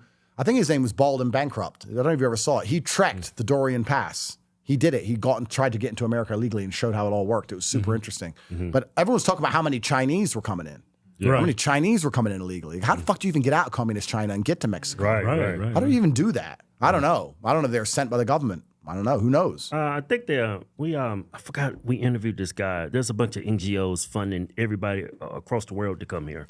It's our own government funding these people. Mike Benz. Gee. All right. So this is my point. And I love Trump and I think he's a hero, but who the fuck are these NGOs and why are they not in jail? This is treason. Yeah. This is fucking high treason. And it's these same liberal NGOs, by the way, that are fucking launching law attacks on me. By the way, every time I find myself in court, the lawyers on the other side are sponsored by a liberal NGO. It's these same liberal NGOs that control the news that keep trying to convince everyone I'm a bad guy. The same people who are ruining the entire genetic makeup of our nation are the same people trying to get rid of me. They're the same people. Who the fuck are these people? I haven't even got to the bottom of it yet. Who are these people? Why does no one know who these people are? We dismantled USAID. You know what was really interesting? Every time my brother and I walked in and out of court, there was like fucking 500 cameras. Every time, from all around the world, asking us stupid questions. Like I've been to court 50 times across 3 years. Are you a rapist? I was like, bitch, how much do you get paid? That's the best question you can get. I've been asked this 1,000 times. You finally get 3 seconds of me and that's what you ask. Are you a hard? Like that's the best you can come up with? No, you silly bimbo. The fuck? Idiot. Fucking, you ain't got to worry anyway because you're fucking ugly. So when USA got this, such a great message, right? But then you ruin it. That's why people love you so much, because you say what you want to say and you don't care who it offends. If you're going to rape someone, you're not going to rape an ugly fucking troll reporter. Right. So she's safe. So what you fucking asking for? So when USAID got dismantled, all of the cameras stopped coming. So I said to Tristan, this is the first time we've ever come to court. There's no cameras. And before that, I said to him, every time we went to court, I was like, who's paying for this? These are cameras from all around the world. Who's flying in news crews from all these different countries to come and stand outside of a Romanian court to get 2-second glimpse of us? That's wild. Who's flying these in? Who's paying for their hotels, their flights, their wages? These people need to eat. Who's paying for this? What are they getting? Me and you walking in and out of court not saying a word? No one's even interested in this story anymore. This story's 3 years old. It's fucking boring to me and you, and we're in it. They only keep pushing it on the news to try and slander our name. No one even wants to hear it, but they won't stop mentioning it, not because we're guilty, because in fact we're innocent and they know we're going to walk and they have to do as much damage as they can before we get out of it. Who's paying for these people? And then when Elon started dismantling USAID, one day we went to court No cameras. Not one. I was like, what the fuck? Bro, the matrix runs deep. It's scary. But so whoever these NGOs are, who the fuck are these people? Who are they? They need to be held up on TV and forced to explain what they're doing. Because they would be in other nations.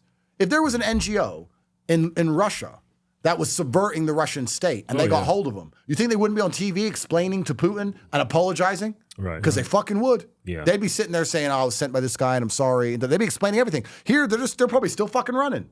They're still operating. Oh, USAID's gone. They're getting money from somewhere else. They're still going to the office. Yeah, not only NGOs, churches. Catholic Church was getting paid. Well, this is the thing. What do we say about Trojan horsing? Using a Trojan horse, tolerance, forgiveness, love for all, the most beautiful things about Christianity. They throw in a Trojan horse. And the Trojan horse is this unchecked, unlimited migration to anybody from anywhere, even if they're a fucking criminal, and forgive them for murdering people. It's okay. And this is the thing. All the best ideas in the world, they attack and they infiltrate like a virus in a cell. So yeah, I guarantee they're using churches, and they're going into churches with good-minded people who believe they're doing the good thing and convincing them to help Chinese people flee oppression and travel through the forest and turn up here illegally. And then you add in the fact that it's so hard to get in legally, and you had this massive migration problem. As for Trump's issue, as for the gold cards, I think it's actually a very good idea. Yeah, he's trying to raise money. Well, he's trying to raise money, but I think it's a good idea because a lot of countries do this, by the way. Citizenship by price. Right, Dubai does that, right? Say again? Dubai? Dubai does it. Loads of Caribbean nations do it. Right, Turkey does it. Malta does it. Montenegro does it. I think Hungary may do it. Loads of countries do this. This is not uncommon. It's very, very common. In fact, the $5 million price tag is very high. Most countries is like $300-400 grand. Right. You can buy an apartment for 300-400 G's. You don't even got to give them the money. You can get an apartment out of it and then get a residency or a citizenship. So I think it's a very good idea. I think you should promote it as long as you can stop all the other methods of immigration happening. But who's going to be buying that? I don't know. If I was in charge of America, what I would be doing, if I was Trump, I'd be offering instant citizenship or instant green cards to all of the members of Europe, all of the natives of Europe who retired with their communistic governments. That's what I'd do. Because it was the best of Europe that built America in the first place. Yeah. And what do you think is the best immigrant for America? If you had to pick one immigrant, one ethnicity. You trying to get him in trouble. No, just, we realists, right? Yeah. Shit. No, I think that if you look at the fabric of America, if you look at it from its base, it was built by white Europeans which were unhappy with their governments. Right. And I think that right now, all the white Europeans are very unhappy with their governments. They're living under Stalinistic, communistic governments where you can't speak, where you're being replaced ethnically, where your streets are not safe, where your taxes are higher than America, crime's out of control, drugs are out of control, everything's lost its mind. If I was Trump, or if I was in charge of America, I'd say, we're going to offer green cards or residency to any white ethnically European person who is tired of their government, who wants to start again in America, because that's what built America in the first place. And I think that would give it a resurgence. And I guarantee you get 40 to 50 million hardworking white European ancestry people turning up here. I think that'd be a fantastic thing for America and to teach Europe a lesson, because Europe's going to have a massive brain drain and they're going to have a wealth flight, which is what they're already suffering from. Every rich person in England's trying to leave. Norway has the same problem. They just set up a huge exit tax, trying to take exit tax. America has exit tax too. Right. But they're setting up these huge exit taxes because all of European nations are losing their rich and they're all running away. What's interesting is, guess where they're running to? They're running to Arab nations. They're running to Dubai. Wow. So it's actually funny. It's With funny. the crazy Muslims. Well, this is the thing, right? They'll complain about Muslims at home and then they'll go and want to live in Dubai, which is an Islamic country. The problem is not Islam. The problem is that it's a bunch of third world fucking idiots that we're letting in, which are not integrated. Do you think Dubai puts up with bullshit from Islamic extremists? Right. Do you think Dubai puts up with bullshit from third world idiots who want to commit crime and rape? Right. Fuck no. Right. They'll chop your fucking head off. Right. They'll chop your fucking head off, bro. Right. So it's not Islam, because the Islamic nations have a stricter punishment for most of these crimes than in Europe.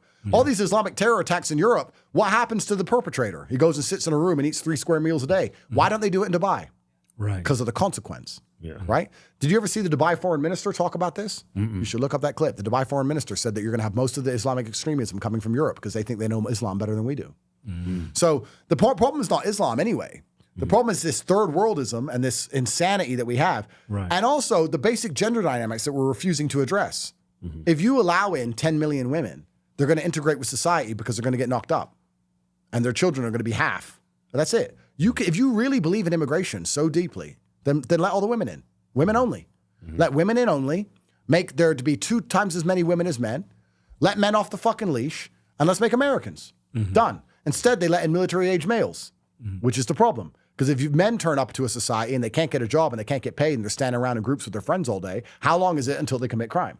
Right. It's just a fucking time bomb. Yeah. Yeah, like these people, they're just turning up and they can't work or whatever. And I'm talking from the European perspective more than the American, because I understand that more. But you letting a bunch of Syrians to England, they don't speak English. Who's going to fucking hire these people? Nobody. They're letting a bunch of Africans into Europe. Yeah, just fucking the boats are just arriving and they're living off the taxpayer. And who's paying the taxes? The white guy. The white guy's doing his paperwork. I got the clip. Is this him? Yeah. So you can understand what I'm saying. I have translation. No, I know you have translation, but I just want to make sure you get it right. Check their ass. There will come a day that we will see far more radical extremists and terrorists coming out of Europe because of the lack of decision-making, trying to be politically correct, or assuming that they know the Middle East and they know Islam and they know the others far better than we do. And I'm sorry, but that's pure ignorance. You're right. So like, Europe has a huge problem now, and they have a huge wealth flight, and I think America should be doing its best to get hold of as much of that wealth as possible. Those are the people that built this country. That's what we should be doing. As for the $5 million card, yeah, it's a good idea. Who's going to actually buy it? We're going to see. It's a good idea, but lots of countries do this. It's not even an uncommon idea. Right. It's not an uncommon idea, so I hope it works well for him. But I think he should. I think he should let the Europeans in, and the South Africans, everyone. If you're going to allow all these people come here, why not allow the people into the country which built it?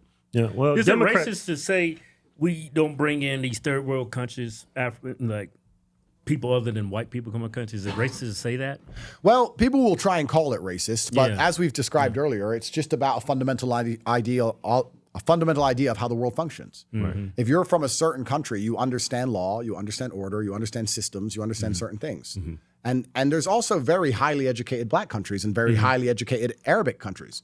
There's highly educated black countries? Yes, there are. Yeah, there are some. Yeah, like there's name one. No, I actually don't know. No. There's some very rich African nations. Okay, there are some very rich African nations, like Nigeria. Like comparing Nigeria to the Central African Republic is not fair, because Nigeria is actually quite a rich place. Right. Now, would you get a fair court in Nigeria? Probably fucking not. Yeah. But people kind of understand the idea of court, I'd like to believe, overall. Okay. Makes sense. I'm 37% Nigerian. Oh, there you go. Yeah, there you go. But but what you have to do, but if you want to do this prudently, right? If you want to do this sensibly, which of course most people who are in charge of these things don't. If you want to integrate anything, don't you have to measure compatibility? I mean, isn't this a basic prerequisite to immigration? Let's should be. Let's forget everything that's happened so far, and let's pretend we're a brand new nation and we want to explore the idea of immigration. Wouldn't it be prudent for us as intelligent adults to sit and measure compatibility? And if you're going to measure compatibility, shouldn't it be across cultures, across ideals of how the world works, across legal systems, across certain things? It should be. It should be. Right. But we're throwing all that out the window and saying racism, which is fucking dumb. Yeah. Right. So what we should do is sit there and go, okay, who understands work? Who's from a country where they probably paid some tax, so they understand taxes must be paid? Who's from a country where they have enough faith in the legal system to understand if they have a problem, it's better to go to court than try and solve it themselves? Like these basic things. And if you're going to do this, you're going to end up with people from European nations. The European natives understand all of these points. And they all want to leave. And we want people, I guess. So that seems like a good fit. Whereas in getting in people from completely different places who think completely differently, you can't blame them. But then you also can't blame us. And then you have this huge problem. Like, I guess the people who are very culturally different, though, who don't cause any problems are the Chinese. But the Chinese have their own systems, bro. The Chinese, I don't know about America, but I'll tell you, in London, the Chinese have their own police stations and everything. The Chinese have the whole Chinese society inside of London. Right. Like, the Chinese people go to the Chinese police. Right. They even got Chinese side of town here in Vegas. Chinatown, yeah. Bro, the Chinese are scary. Yeah. Fuck the I'm scared of the Chinese. Yeah. I'm scared of the Chinese. Have you ever seen, bro, you in jail, the Chinese ever get picked on? Why does no one pick on the Chinese? Right. All right. So we got the FBI, we got the CIA, we got the Navy SEALs. England has MI6, MI5. Russia has FSB. Ukraine has SBU. We have all these secret services all around the world that commit terror attacks or they commit murder. What's the name of the Chinese Secret Service? I don't fucking know. You tell me a superpower hasn't got a secret service? You tell me the most secret motherfuckers on the planet ain't got a secret fucking service? Yeah, right. What are they even called? That's a Secret Service. Right. Motherfucker could be working in chow mein shop. Right. I don't even fucking know. I don't even know what they're called, these people. Right, yeah. But no one fucks with the Chinese ever. Right. Why is no one fucking with them? Yeah. It's kind of like LeBron James don't even fuck with him. bro. And every time fucking John Cena or whoever says something that offends them over Taiwan, remember him? Did you see his video? Yeah. He said Taiwan was a separate country to China. Yeah. Someone called him, Ching Chang called him. Before you know it, he's talking in fucking Chinese, fluent. They were like, you better learn it. Right. Okay, bro. Yeah. The Chinese are scary, bro. Yeah. I don't know what they're doing. Have you ever seen a Chinese person working for someone who's not Chinese? No. Have you ever seen a Chinese woman pregnant? I don't think they get fat. I wouldn't know. I don't know what's going on. Yeah. But they have a big country with a lot of nukes, and none of us know what's going on. I think the Chinese government, they execute like 100,000 people a year. No one talks about it. No one knows. Yeah. They have the death penalty for everything. You can get the death penalty at random if you piss them off enough. They're just killing people. No one does shit. Streets are perfectly clean. Everyone's walking in a line. Drones are flying everywhere. Bro, like they're fucking... they got their shit right. I don't know. Yeah. And we have one man who's competing against them when it comes to complete global control, Elon. And then you got some fucking fat bitch full of tacos holding up a sign. Yeah. Bro, this country's a joke. Yeah. This country's a fucking joke, bro. It shouldn't even be allowed. Yeah. It's crazy, but the Chinese are scary. They got their shit right, it seems. We're going to see how it all plays out. But if I had to guess how the world's going to work, if Trump had lost, it would have been over for the Western world. Yeah. If Trump had lost, it would have been over for the Western world. I thought America was back. I came back. Turns out Ron's still here, so it's not. But hopefully in the short 4 years he has, and with our work, we can fix the culture and perhaps we can keep America struggling on because it is struggling. Once America falls, I think Middle East is going to be in charge of the world for a while because Middle East has energy. I think that bin Salman, the leader of Saudi, is probably behind Putin and Trump, the third most powerful man in the world. I think the Middle East is going to be in charge, and after that, it's China's turn. And once China has control, add in AI and drones and all this other shit, it's going to be a scary world. It's going to be really scary. We're going to see how it goes. Hopefully, I'll be gone by then. Yeah. But my sons better fucking start doing their push-ups because it's going to be difficult. They'll be fighting kung fu in the mountains against the motherfucker. It's going to be hard. Yeah. It's going to be hard. How many sons you got? A few. I don't say how many kids I have online ever. Oh, okay. I know because I've got enemies, and some of my kids have been found. And there's a bunch of weirdos that are really trying to like harass the mothers and harass the kids. Wow. So it's kind of like a school of fish. It's protectionism through numbers, right? Right. So if they know how many I have, they know how many they have to find. Right. But now they're down a rabbit goose chase trying to find as many as they can. And Okay, they find I get some, but they're like, I know there's more, but how many is there? So even if they found them all, I like the idea of them wasting their time looking for new ones that don't exist, just to try and waste some of their time. So Right. A lot. Makes sense. A lot. Yeah. My future security team in 20 years will be my sons. Yeah. That's my plan. Awesome. That's man. my plan. Hey, have you ever met Trump? You haven't met him, have I've not met Trump yet. And you know, one of the things I want to make clear is that I'm worried about meeting Trump because I don't want them to use me against him. Because they would. Even though I've done nothing wrong, I've not been convicted. I am such a Trump fan that I would hate the idea of meeting him because I genuinely believe he's a fantastic president. And them attacking him via him just simply shaking my hand. That would actually upset me a bit. Yeah. But also Trump's a real he's built different. Right. So if he doesn't give a single fuck, I'd love to meet him. But I'm aware if he were to say I would get it. I would get why he'd be hesitant, perhaps. I don't know. But maybe he's just at the point where he doesn't give a shit what these idiots say. I like to believe so. Yeah. But I mean, if I'm in his ear, I'll be like, let's find the NGOs, Trump. Fucking get it. You don't want me as an advisor. I'll have everyone up there. Yeah. But we'll see how it goes. Well, he met Nick Fuentes met him, so I mean, if Nick and Kanye can meet him, that's true. Andrew Tate Smith, I've met him. Yeah, took a picture with him. Yeah, no, Trump's a hero. I mean, he's the best. No one's perfect. Yeah, but I think Trump's a hero. And compared to the alternative, the only reason why I was able to meet him, man, because I got white friends. Because he was dodging me like the plague. Oh, you're telling me Dwayne didn't know him? He didn't even know who I was. Really? Yeah. And then one of my friends, Jason, called me and said, "Y'all, I got y'all to go see Trump." I said, "Man, thank you. I've been trying to meet him for the longest." And when we met him, it lived up to my expectations. He's such a genuine, nice dude. Bro, that actually is a good way to see how fucked up this world is. And Twitter's the perfect example of how fucked up the world is. Yeah. You scroll Twitter, people like Donald Trump and Elon Musk are hated. How can you hate Elon Musk? Right. Women. It's women. It's women. It's women and men who listen to their women. Yeah. That's all it is. Wife people. Swaps. Wifejaks. Wifejaks. I said wife swaps. It's wifejaks. No, you know what? Wife swap might be a good one. Yeah. Because it ain't far off. Yeah. But they swapping. Yeah, swapping roles. They're cucking wives. Elon bought Twitter. He lets you have an account. He lets you speak freely. and you turn on him. Like when Elon was getting all that hate over the H-1B1 visas, remember when he said about letting in Indian people, all the H-1B1, I personally disagree with him. But when I saw everyone attack him, oh, fucking Elon, I was just like, even though I personally disagree with him, I don't know how you motherfuckers were raised. I just feel like it's his platform and you should just talk a little bit nicer. Just make your point a little bit nicer. It's his. And he's graceful enough to let you do it. He's a better man than me. I would have fucked this block. Ban, change to a flag on top. But I would have fucking fucked with all of them. I would have made their profile pictures permanently, I'm a homo. But, it's crazy. He spent billions of dollars for people to talk shit about him. Bro. And it's just like people have no respect anymore. I don't know.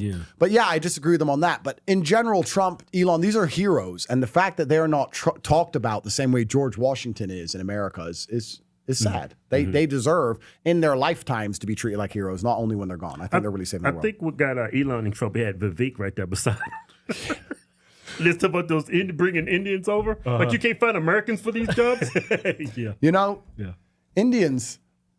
Do I go on this path? I think they're the breadwinners in our country. Yeah, as far as annual salary. They work hard, but I think universally they have a stigma attached to them that nobody likes, Indians. But I think a lot of it is also socioeconomic class. Like if you get the high-level Indians, of course, they're different than if you get the street Indians. It's the same thing with anywhere. It's the same if you get a high-level American and a street American. They're very different people. But immigration in general is the lowest quality of people trying to leave. Like when I lived in Romania has like 19 million people and 6 million Romanians live abroad. Everyone leaves Romania, or they used to. And when you see Romanians abroad, a lot of them are thieves or pickpockets or they steal. Whereas Romania is so beautiful and nice. And I say, why is all the thieves stealing abroad and not here? He goes, well, if you want to leave Romania, it's because you're broke. Rich Romanians love Romania. The rich ones stay. It's the broke ones who have to leave for money. Right. So that's also part of the problem. Like if you got the high-level Indians, if everyone was smooth talking like Vivek, I'm sure it would be okay. But if they're shitting in the street, there's a problem, you know? Like it is what it is. Yeah. Hey, do you think America's the best place to live? Because you've traveled the globe. Is there any truth to that? Okay, so to answer this question professionally, it depends who you are. And it depends where you are at your station of life. I think America is the best place to live in some ways, but in other ways known. If you're unknown, if you're not really particularly known, but you're law-abiding with a meager or moderate income, there's much better places to live. Like if you lived in Thailand, and you're not that well known, but you're making some money online, and you're law-abiding in general, you'd have a much better life in Thailand than you ever would anywhere in America. But if you're a high-profile person who's going to be lawfare attacked, then you want to be in at least the American legal system, than the Romanian legal system or the Thai legal system. I mean, although this one's rigged, it's the best chance you got. So it kind of depends who you are. Is America the land of opportunity like it used to be? A bit. But I would argue that the internet is the land of opportunity now. I think all the money's made online, and you can amplify your money. You can certainly make your money go a lot further in a lot of other places. So if you're making a bit of money online and you leave America, all of a sudden you become rich. Dubai's fantastic because there's no taxes as well, 0% income tax. Wow. So Dubai is huge competition because Dubai is a fantastic place to live. If you just want to live a life where you have no crime, no stress, no taxes. I mean, it's a great place to live. Just don't ever get on the wrong side of the law because you're fucking toast. You're toast. But if you behave yourself, then you should have a great time there. Like they've got clubs, parties, beautiful girls, nice buildings. It's really a great place. The paparazzi's illegal. No one can follow you around. No one can hassle you. No one can, like, it's controlled, but they've done a good job with it. So you can't even spit on the street there? No, you can't. If you get caught doing that, you can get in trouble. They're very strict.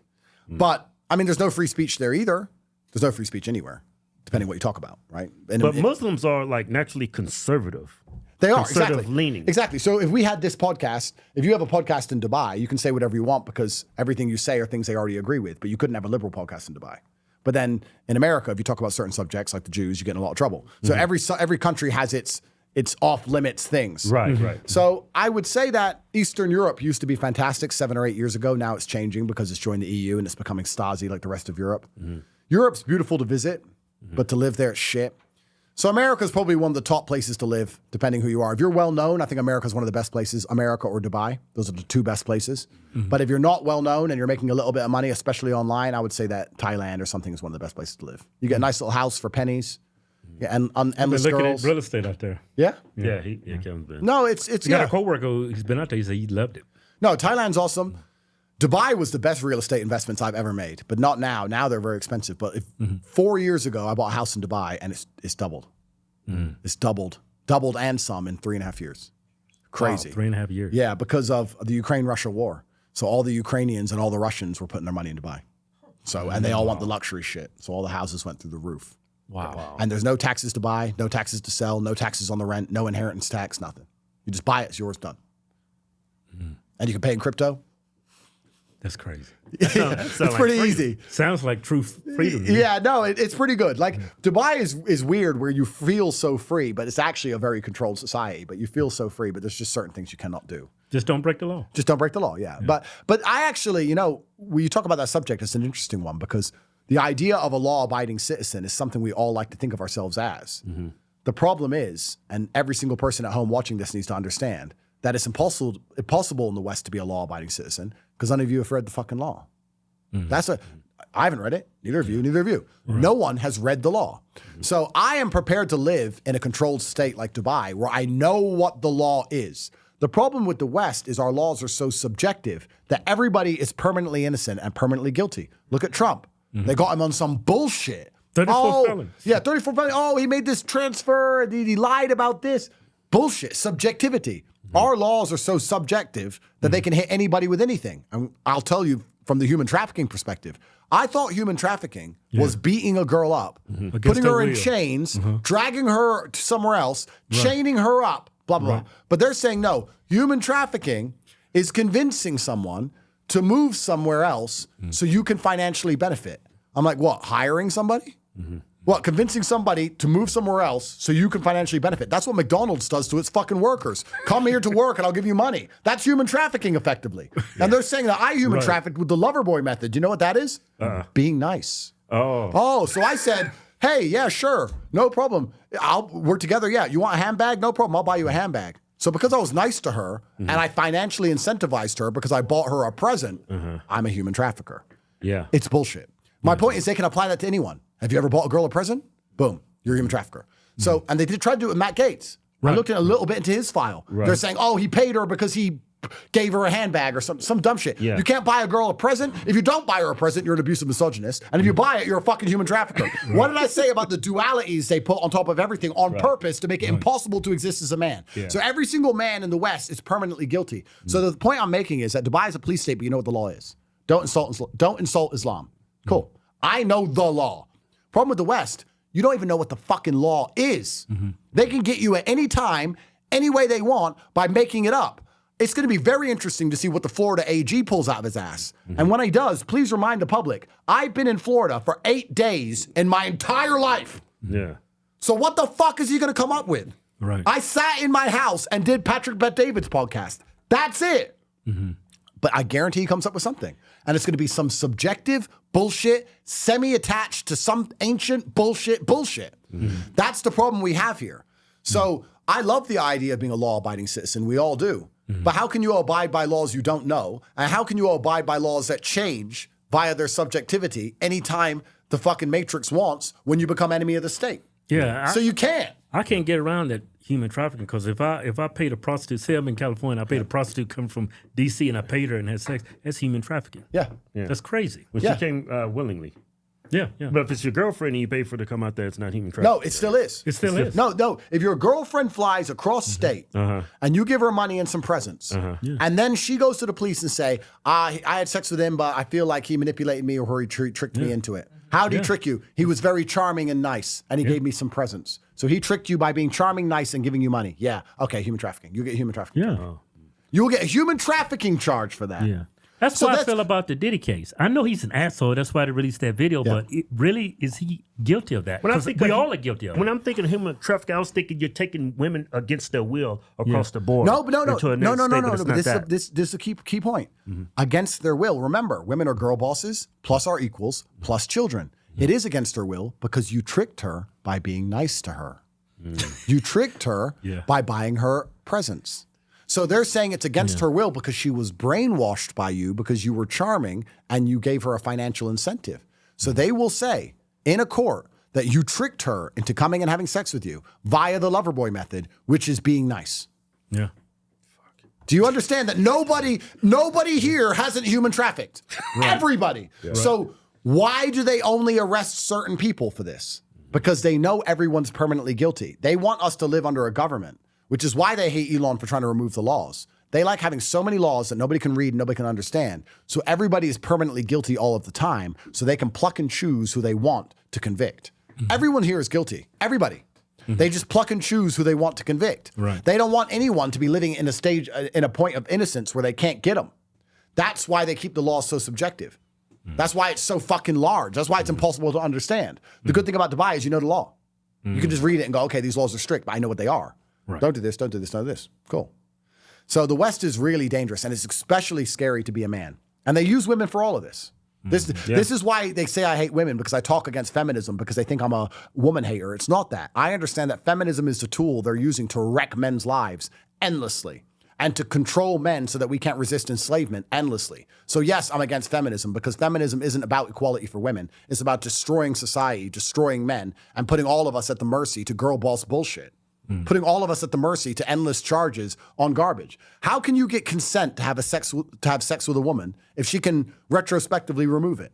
Mm-hmm. How can you get consent if she can take it away when she wants afterwards? Right. Then you never get it. You can never own it. It's never yours. She can say, yes, I consent, and sign here, change her mind, even after she signed. Right. She can change her mind, go to the police.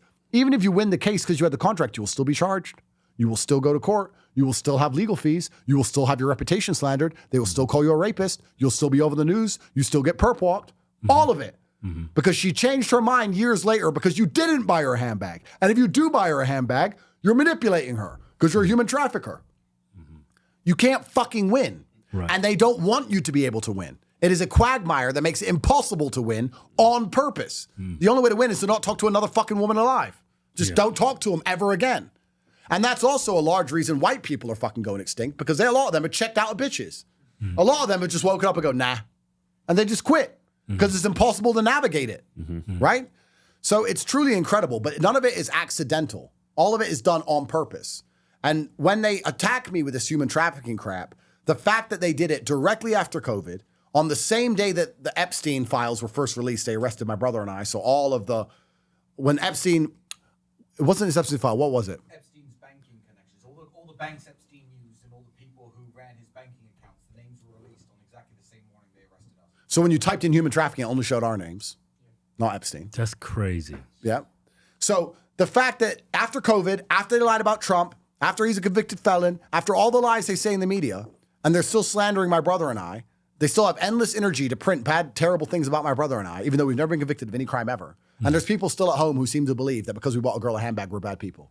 But these people are just fucking sheep who deserve the slavery that's going to be bestowed upon them by the Matrix. If you're going to sit there and think that Andrew and Tristan deserve to go to fucking jail for buying their baby mama's a handbag, you deserve to be a fucking slave. And you will be. Because when people like us are gone, all that's left are pussies like you. And pussies like you can't resist. Like, the people who hate me don't realize I'm fighting for their freedom along with everyone else's. Right. But they're never going to fucking wake up. Right. So it is what it is. But it's truly scary, the Western world and how it operates and how femme-centric it's become. Because it's basically a matriarchy now. If a woman says something, it's almost gospel. It's fucking incredible. It's almost gospel now if a woman says something. If a man says something, no one cares. It's mansplaining. Well, and also, women are not responsible for any of their own decisions ever, ever, ever. And men are responsible for absolutely everything. Right. If you marry a crazy bitch, I'll say, why'd you marry that crazy bitch? Whereas no one will say, no, if she marries an abusive man, they won't be like, why'd you marry an abusive man? He was beating you up before you got married. They'll say he's a predator. They'll blame the man all the time. It's all the man's fault all the time. Right? So I'm just saying, if this is the case, I'm not saying we should even change it. I'm just saying, if we're going to live in a world where women have no accountability and no responsibility and nothing they ever do is their own fault, then they should listen to men. And if they're not going to listen to us, then they're responsible for their own shit. I'm perfectly fine with equality. Now you're equal. Pay your own fucking bills. Yeah. Go on, pay your own bills and look after your fucking self. Yeah. Before you know it, you realize they don't want equality at all. Yeah, they want a big, strong, rich misogynist who's going to pay for their shit. Yeah. That's what they've always wanted. Yeah. Right. So fucking, it's crazy. Right. Well, there was a lot of rumors about Jeffrey Epstein that he was actually working for Mossad, a Jewish agent, blackmailing all the politicians here in America. I think that it would be prudent to assume that anybody who had intel on politicians anywhere in the world would be working with a competing intelligence agent somewhere else. Right. And you could argue that Mossad is not a competing intelligence agency to the American one, but that would be very foolish. Yeah. All intelligence agencies are competing. The Americans and the British spy on each other. Mm-hmm. So even if we remove the whole Jewish conspiracy thing, because that's what they're going to say, we're conspiratory. Right. Let's be sensible. Anybody who has intel on American politicians, the most valued politicians on the planet, is going to be an intelligence asset for basically any other intel agency on the planet. The Chinese are going to want him. The Russians are going to want him. The Israelis are going to want him. Everyone's going to want him. Because he can be manipulated. Because he can be manipulated, and he knows things. So if we could find some kind of tedious link to the Israelis through Epstein, which I'm sure would not be too hard to do. I'm sure it already exists. Then you would argue, of course he worked for Mossad. Of course he was an intel agent. Right. You'd be a fool to believe otherwise. Matt Gaetz said it, but he didn't say it was Israel. I just fill in the blanks. Yeah, he implied it. Yeah, he implied it. And all the Republicans run around, the Clintons killed him. Because they believe everything Fox News says. Yeah, it's. I don't think it was the Clintons, but it was certainly somebody. Mm-hmm. But that was actually a turning point for the world, the Epstein assassination. Because before that, they lied to us. Before that, they used to have to try and hide what they were going to do. I feel like before Epstein, it was far more, they would try and subvert us. They would tell big lies and try and trick us into doing what they wanted to do. And the smart ones would know they're lying, but most of the sheep would know it's bullshit. Yeah. Well, the Epstein thing put them in a very difficult situation because they sat around in a room somewhere and said, okay, he's in jail. If we kill him, they're going to know we killed him. We can't do that. They're going to know. And they're like, yeah, but we have to. And there was two competing sides. One side saying we literally can't kill him, they're going to find out. And the other side saying, well, we have no choice, so we have to do it. And then they killed him, expecting riots, expecting mass backlash, and they got memes. So they sat there and go, oh, so they all know we did it, and they didn't do shit.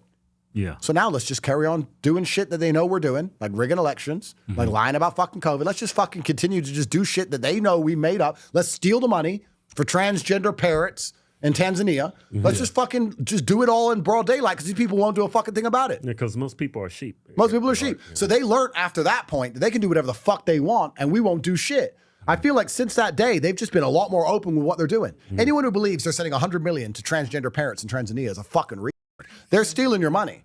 And they're stealing your money. And these people are now sitting at home going, okay, they caught us stealing the money. Well, I'll tell you what we'll do. Let's take 0.001% of it and pay for some protesters to stick up for not finding the money we steal. Let's get some white women and put them outside and give them $50 a day to start complaining that we're finding the money. And they'll go stand outside all day and their church is paying their expenses. Their church is paying their expenses for the day to stick up against the tyranny of Elon Musk. And they stand up there and say, no, Elon's bad. So they can continue to fucking rape the system. Now it's very obvious what they're doing. The problem with that is we're only one stage now from force because typically you deceive. Let's apply it to something everyone at home understands. Let's apply it to a relationship, something everyone at home understands. You're a man, you're with a woman. You're cheating on your woman. You try and hide it. At first, you try and deceive. Eventually, you get caught and you just start telling her straight, yep, I'm cheating on you. If she continues to be a problem and you're never going to break up, the only step left from that is for you to continue doing it and use force. That's when you start hitting her and being abusive. So we're now at a stage now in society where they're going to continue to do whatever the fuck they want. They're going to do it right open in front of us. And if we're too much of a problem, they're going to do what they did to me. They're going to attack you. Lawfare. They no longer lie and deceive. Now they just do it in the open. And if you talk about it, you catch a case. That's the new paradigm. So, like January 6th. We rigged the election. We know we did. Yo, you're complaining. Jail.